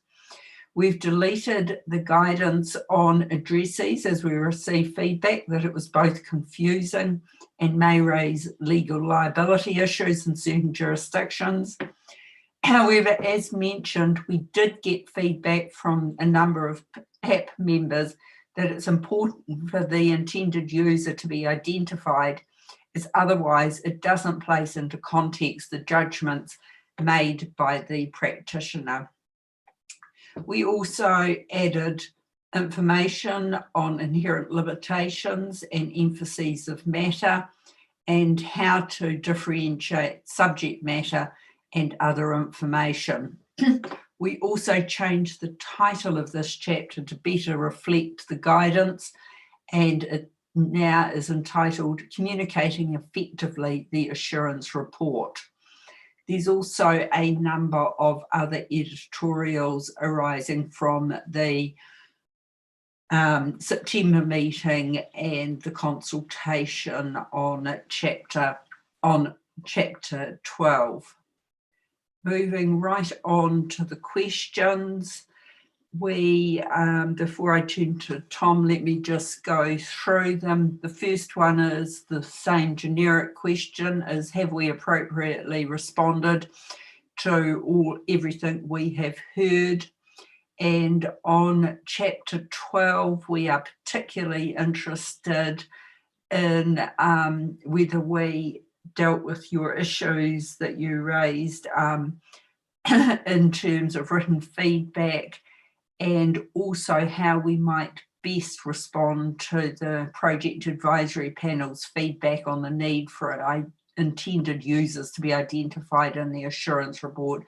And I accept that isn't in the issues paper.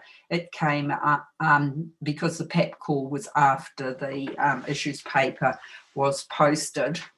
And for Chapter 9, do you like the diagram? And finally, what should we do about double and dynamic materiality?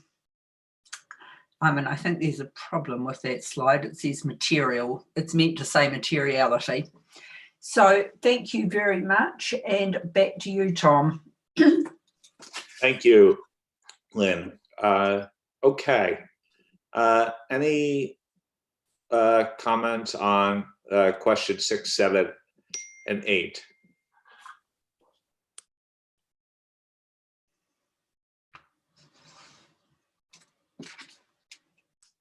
Kai Ue. Okay, Tom, then I start. My response to question 6 is that I believe that the task force has responded appropriately to the public consultation and IAASB feedback for chapters 7 to 11. However, I have a number of important technical comments that I will provide offline.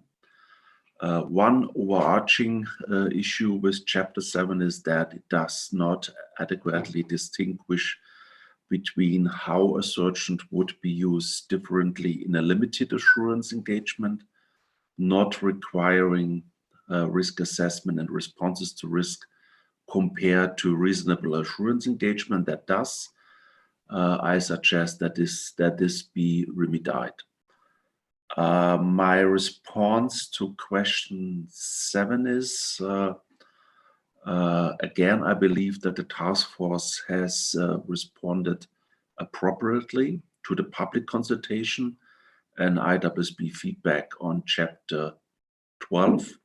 I'm particularly pleased that the task force has strengthened the first paragraph in the example reporting, identifying the information subject to assurance by clarifying which information is not subject to assurance, and then clarifying in the opinion paragraph that no assurance opinion is being expressed on the information not subject to assurance. This clarifies, in my view, for readers upon front as to what is being assured and what is not being assured, and ensures that the first 2 paragraphs are aligned. A brief comment to question 8 little a. I support the inclusion of the diagram to replace previous diagram 10.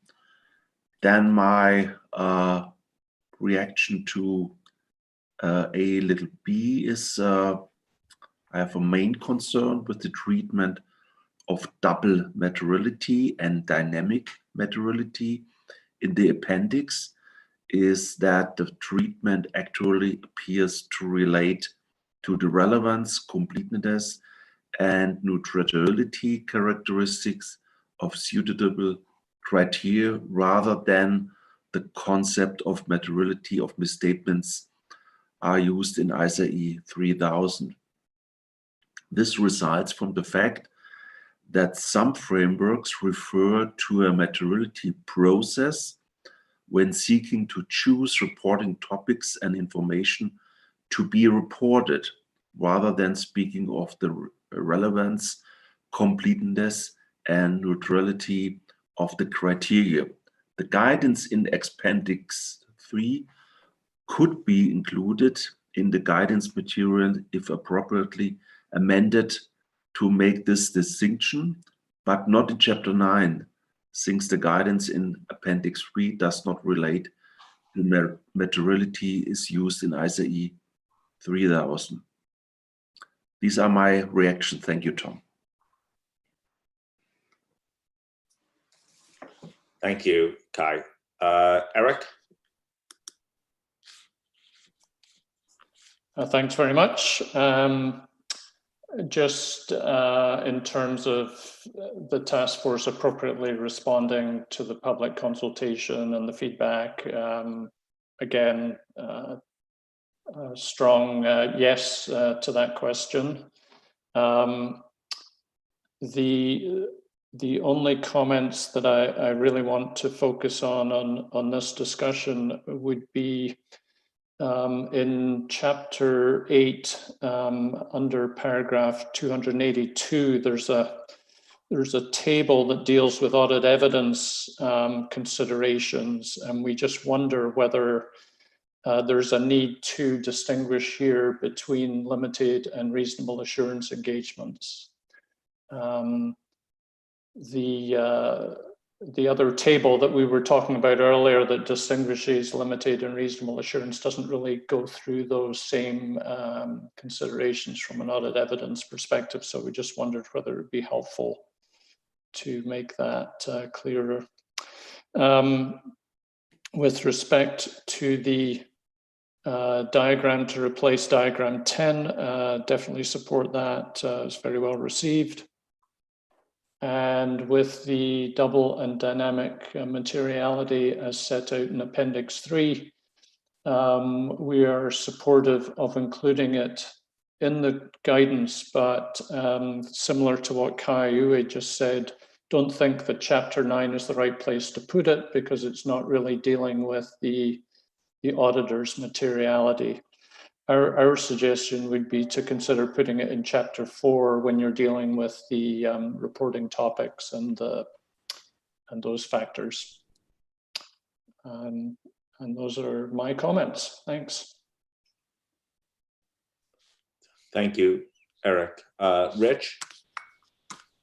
Thanks, Tom. So to get the due process out of the way, 6, I'm fine and believe that the task force has dealt with the questions raised in public consultation. On Chapter 7, I thought the changes were good. I think it reads better, so that's great. Chapter 8, I had a question on paragraph 284, big E. I'm not sure that I agree with the implication that because the information comes from an external information source, that it means a need for heightened skepticism. Clearly, when it's the internal, we have a heightened sense of skepticism. So, if you take it, you're basically saying you always have to have heightened across the board. I'm not sure that's the way I would look at it. I do like the information, the guidance that you put in that follows. I just not sure about that that wording there. We do have some suggested comments that we'll send through. The diagram in 9 is a big improvement. I'm not sure, though, that you need to include the does not impact assurance conclusion part, though.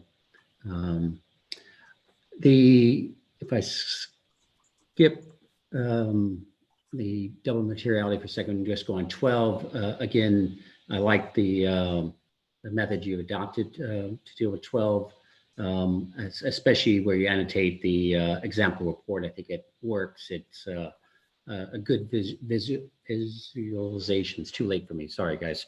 And then on the double materiality, I definitely have to say I came in, and most of the people in my outreach came in initially just going, nah, I just don't like this. What are we talking about here?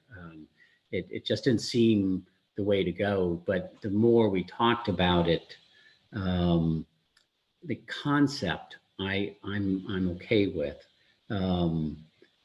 The terminology of calling double materiality, a lot of people have a reaction to, and I personally had that reaction. But that said, others, standard setters are referring to that terminology. So, maybe the that issue is really just already gone. So do we really have a way not to use it? But I wouldn't really want that to be fed into the rest of the standards. I think it fits here. So Lynn, those are my comments. Thank you. Okay, thank you, Rich. Fiona. No surprise, I disagree with Rich. I've got to at least say it once more. I think the double materiality piece is the bit that causes me a little bit of anxiety. I think I don't necessarily disagree with a lot of what's said in the appendix. I found it interesting reading, but I think adding something like this late in the piece is probably a little bit fraught with danger, and I'm not convinced we really need to add it here. I think there is guidance on materiality in Supplement A, so you could maybe tweak that if you needed to, but just adding a concept like this does concern me that it will add a lot of complexity to people reading this at such a late stage in the process. So I would prefer not to include it, which is why I suspect it was in an appendix and not embedded in the document that you provided us as pre-reading. Thank you. Thank you. Bob? Yeah. Thanks, Tom. And with respect to the due process questions and things, I think it's been handled appropriately. Also wanted to weigh in on the double and dynamic materiality. I guess I'll seek a middle ground between Rich and Fiona.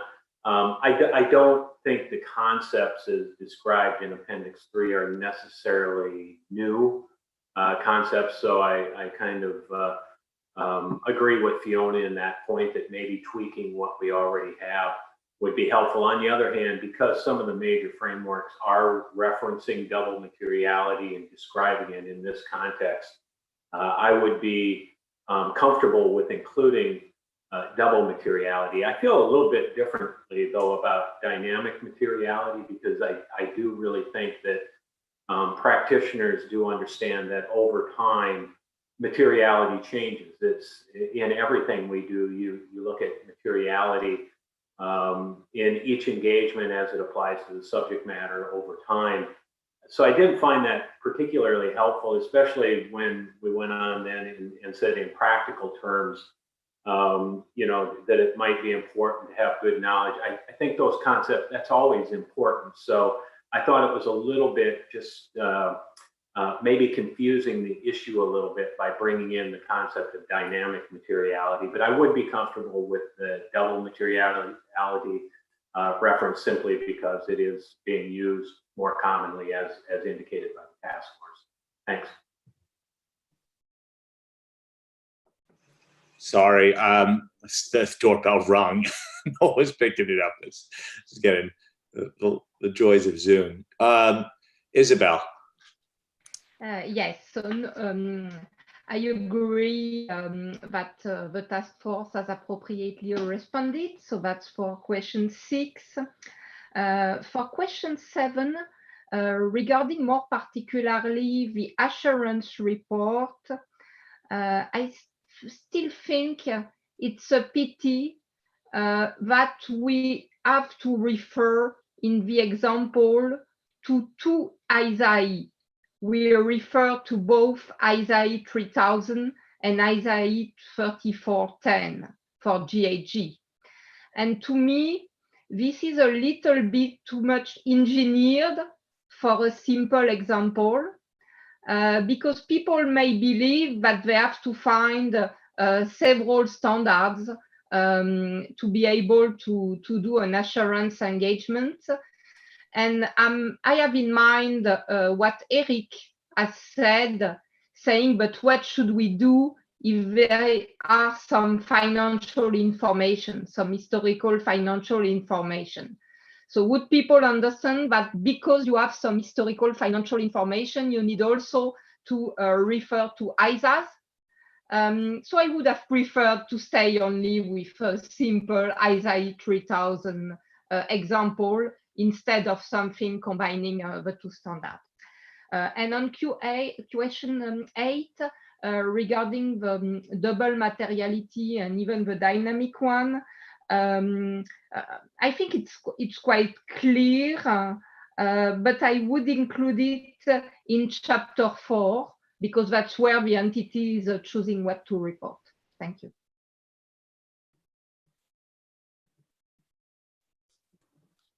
Okay. I think the only divergences, you've got good feedback on 6 and 7, is on this whole concept of double materiality and whether it's included.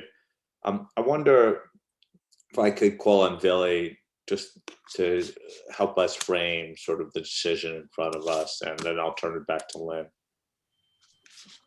Thank you, Tom.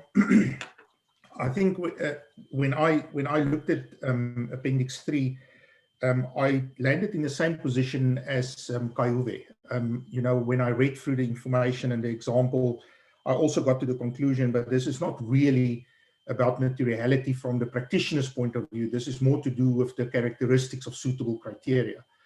And so the only caution I would have is if we can address the concept earlier in the document, as was suggested under the selecting of the reporting topics or the discussion around the suitability of criteria, I think I'm happy for us to incorporate it in that way.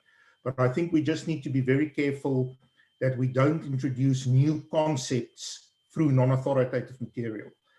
So I think we need to then very clearly draw the line that the term double materiality is, in inverted commas, what is used in, for example, the EU non-financial reporting directive. However, for purposes of this guidance, it is interpreted as, and that's then where we can expand on the explanation in one or two of the earlier chapters. But I would want to clearly not ensure that we not cause any confusion about this concept and what we regard as materiality in the context of ISA 3000 revised. Yeah, reading this paragraph, I have to say, I'm a little have to agree with you. I'm very cautious for any perception of us creating new concepts late in the stage on something that's guidance. And so I think I just would err on conservatism from this standpoint. Although that's my personal view. I wanted to hear the rest of the board on it. But so I see Len's hand up, and Imran would like to come in as well. And then Len, should I turn back to you? Thank you. Yeah, thank you, Tom. With that explanation, also Kaiuwe's remarks, I agree with the approach you just suggested. So I just want to put that on public record. Thank you.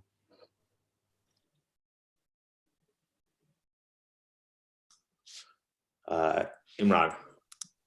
Yes, good evening, everyone. Tom, I just wanted to say that I support the position that you've just described in relation to this. Thank you. Thank you. Josephine?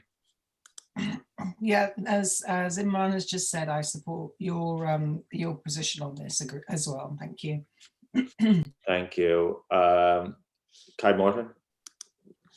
Same here. I support the position that you just described.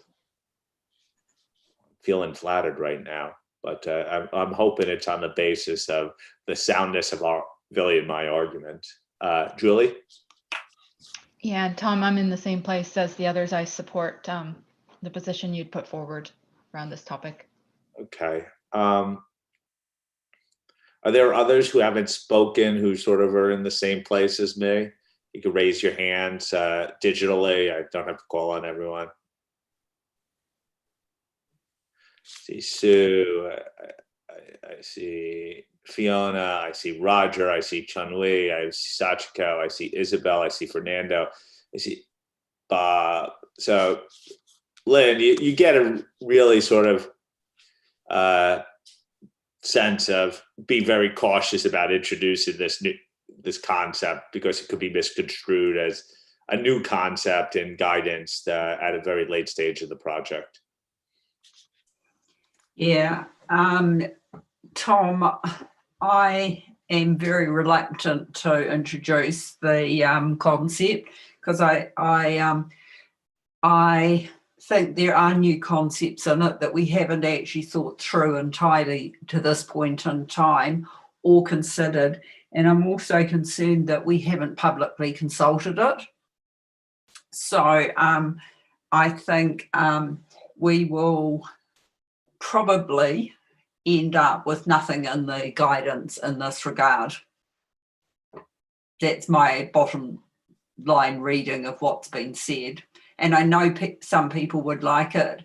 I know we've had calls for it, but arguably it is beyond the scope of what we set out to do as well. And you see that you have a very strong majority of the board who's supportive of that approach. And my guess is from the comments, for those who even supported some mention of it, it would not be a fatal flaw. Am I right in characterizing that? Okay, I see lots of nods. No one's raising their hands vociferously to reject my assessment. Okay, Lynn, I turn it back to you.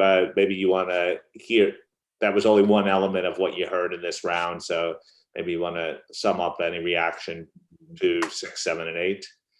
The majority of the rest of the comments I heard were in terms of due process and responding universally positive, with some particular technical points that people wanted us to consider, which of course we will. So I didn't hear anything really more than that, I have to say, in terms of the feedback, which is very helpful and very useful. So shall I move on? Yes, please do. Come on, next one, please. Okay, this is the final document, and you will remember that this was very well supported and very popular supplement B on exposure. Not only was it well supported, but respondents wanted more examples, and we had some pretty high level input and responses asking us to give a IAASB standards example, because it's quite commonly, IAASB standards are quite commonly used in practice. We were also asked to look at the recommendations on the task force on climate-related financial disclosures, which is increasingly becoming a focus by regulators and investors and preparers. We were asked for more information on future-orientated, more examples on future-orientated information, and an emphasis on evaluation rather than just measurement techniques, and also for examples on identifying and accumulating misstatement of qualitative information. We have, with the input of a number of organisations and individuals, including some members of the Project Advisory Panel, developed 5 new examples for Supplement B to illustrate the matters on the right hand of this slide. And I'd just like to pause here and particularly thank those individuals for the very timely way they provided us with those examples, and they're not easy to put together, and they did a tremendous job. So to each of you who provided us with those further examples and or reviewed them, my sincere thanks. We've also added to the IIR example a part A, which considers the practitioner, which includes considerations for the practitioner on readiness assessments, and as well as that, we have taken some additional editorial and other suggestions on all the examples. The Project Advisory Panel thought that these examples and the previously drafted examples in Supplement B are likely to be very useful to practitioners. In particular, they recognise that both IAASB and TCFD examples are very topical and likely to be of assistance in the near future, as practitioners are increasingly asked to assure subject matters relating to those frameworks and standards. There was also discussion by the PAP of how these were going to be kept live and added to because of the evolving and dynamic nature of this, this particular area. I have to say that's an area that we have kicked for touch for because we cannot endlessly keep doing examples, but I think it's something that maybe others can pick up that mantle in terms of at a national level or maybe across other organisations. So this is considered to be one of the most important and useful parts of the guidance, and I'm very aware that it is long. It is how we shortened the guidance by taking out all the long examples, but we're balancing here usefulness with length, and I think usefulness is has tipped the balance in this regard. So with that, moving on to the next slide.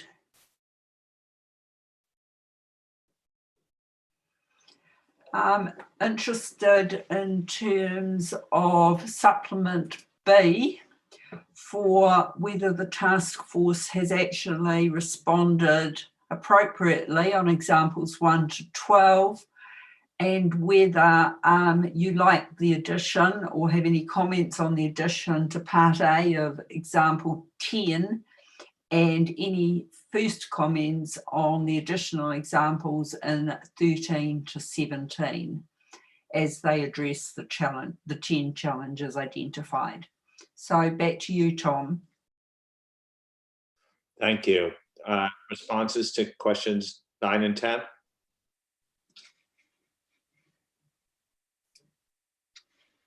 Kaiue? Thank you, Tom. Very brief reactions to question 9. I believe that the task force has appropriately responded to the public consultation in examples 1 to 12. However, I had some technical comments that I will provide in writing. And also brief comment to question 10. I believe that the addition of part A to example 10 and the additional examples 13 to 17 are effective in assisting practitioners. That's all. Thanks, Lynn. Thank you. Rich. Yeah, this is quick. So 9, yes, definitely. I think you responded quite well to the consultation comments. And on 10, also, I think the examples are very useful. And, we were happy with the way the examples were before, but with the added examples and the enhancements you made, I think you just made this a better document. So I think B is really looking the right way. Thank you, Rich. Isabel. Yeah. I'm not an expert, but I received some feedback on example 15 from people that are used to perform that kind of engagement. So it's an assurance engagement on future-oriented, qualitative, and other information using IAASB standard as criteria. And what they told me is that they would normally never do that kind of engagement in reasonable assurance. And the example is a reasonable assurance engagement. And they believe that the procedures that are described are not sufficient to reach a reasonable assurance. And they believe that currently nobody is able on that subject matter to reach reasonable assurance. So I leave it to you and to the project advisory panel. I'm not an expert, but they were enthusiastic on all the examples except that one. Thank you. Thank you, Isabel. Sue. And it was yes and yes from me, and positive feedback from people who do practice in this space for the additional examples. So thanks, Lynn. Okay. for the record, I think sort of a public consultation perspective, as with other sections, I think everyone, by not speaking, thinks that there's been an appropriate level of responsiveness to the public consultation. Okay, and people nodding and affirming that position. Okay, so that was the last of the hands. You got pretty supportive feedback there, Lynn. We did, with one suggestion from Isabel. Yeah, and we will look at that, Isabel. I think there's different practices across different jurisdictions, but across also different sectors. So we'll just take that into account and look at it again carefully through your eyes. And Kaiui, we look forward to your technical comments on the examples. So no. And that's very comforting, thank you. And it's very consistent with what we're hearing. Final slide.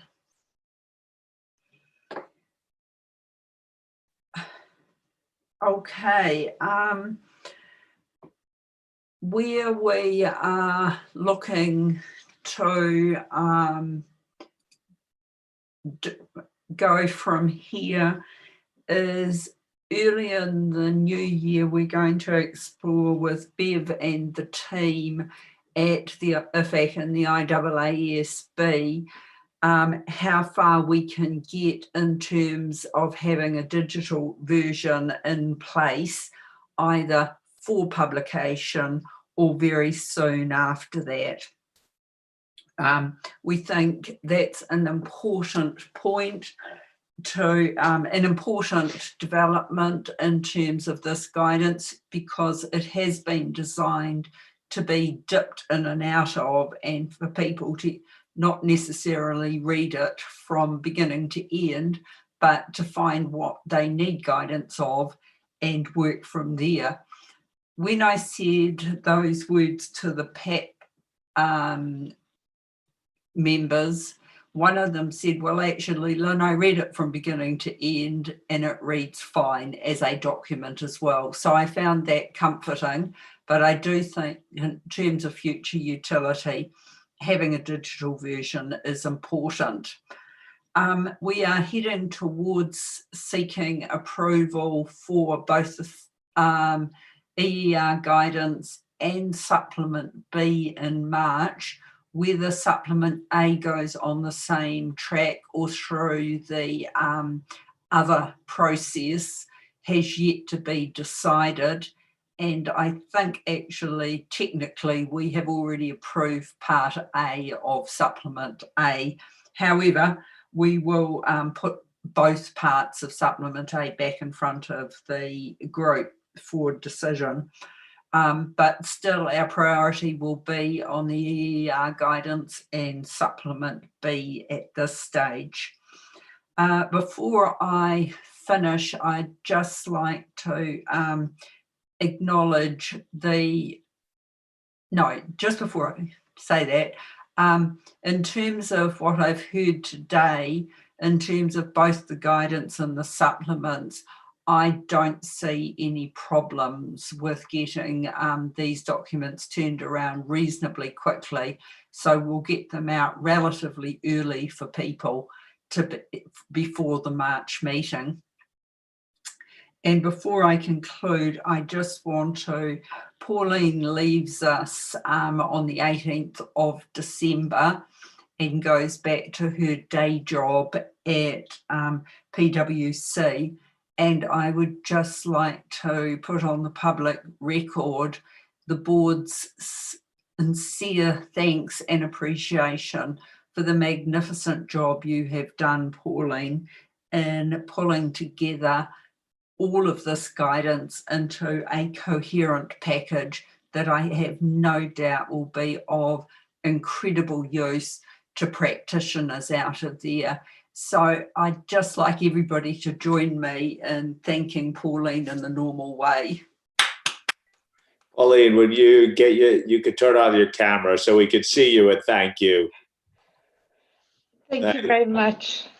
Thank you. And I hope we'll get a chance. We should minute this in our board minutes to thank you for your service to the board and getting the EER document so far down the road. Thank you very much to everyone. I've enjoyed every minute of my time here. Great. Thank you very much, Polly. Okay, Lynn, anything else from your side that we need to address? That's it. And I'd just like to note for everybody that we're half an hour early. That's true. It's you did such a great job that we were able to finish half an hour early. And for some of us, we may need the rest tonight because we're starting bright and early tomorrow. So speaking of more work to come, and I know you've been really excited to get this in your hands, the revised project proposals that were discussed related to Monday's discussions will be out shortly after this meeting. So expect to receive those and be ready for the discussion on Friday, where we hope to approve those project proposals. Vili, do you have any other matters you want to raise with the board? No, Tom, I'm just noting that wherever you are in your time zones, the meeting tomorrow starts an hour earlier than our normal 7 a.m. Eastern time. So it's at 6 o'clock Eastern and whatever the times are in your zones. And tomorrow, I think is especially our marathon session. We're going to have 3 topics. So we'll have an update on the fraud project and talking through the issues paper there. Then obviously we'll have a chance to look at the issues, the 4 issues that the Audit Evidence Working Group has brought back to the board this December. And then we'll have a little bit of a break. And then the second session will be on the LCE standard. So I think this is really going to be our busy day for the week. Rest up, in other words. We need lots of energy for tomorrow. So it's great. And Bev, if you're there, is the snowman going to join us for the LCE project?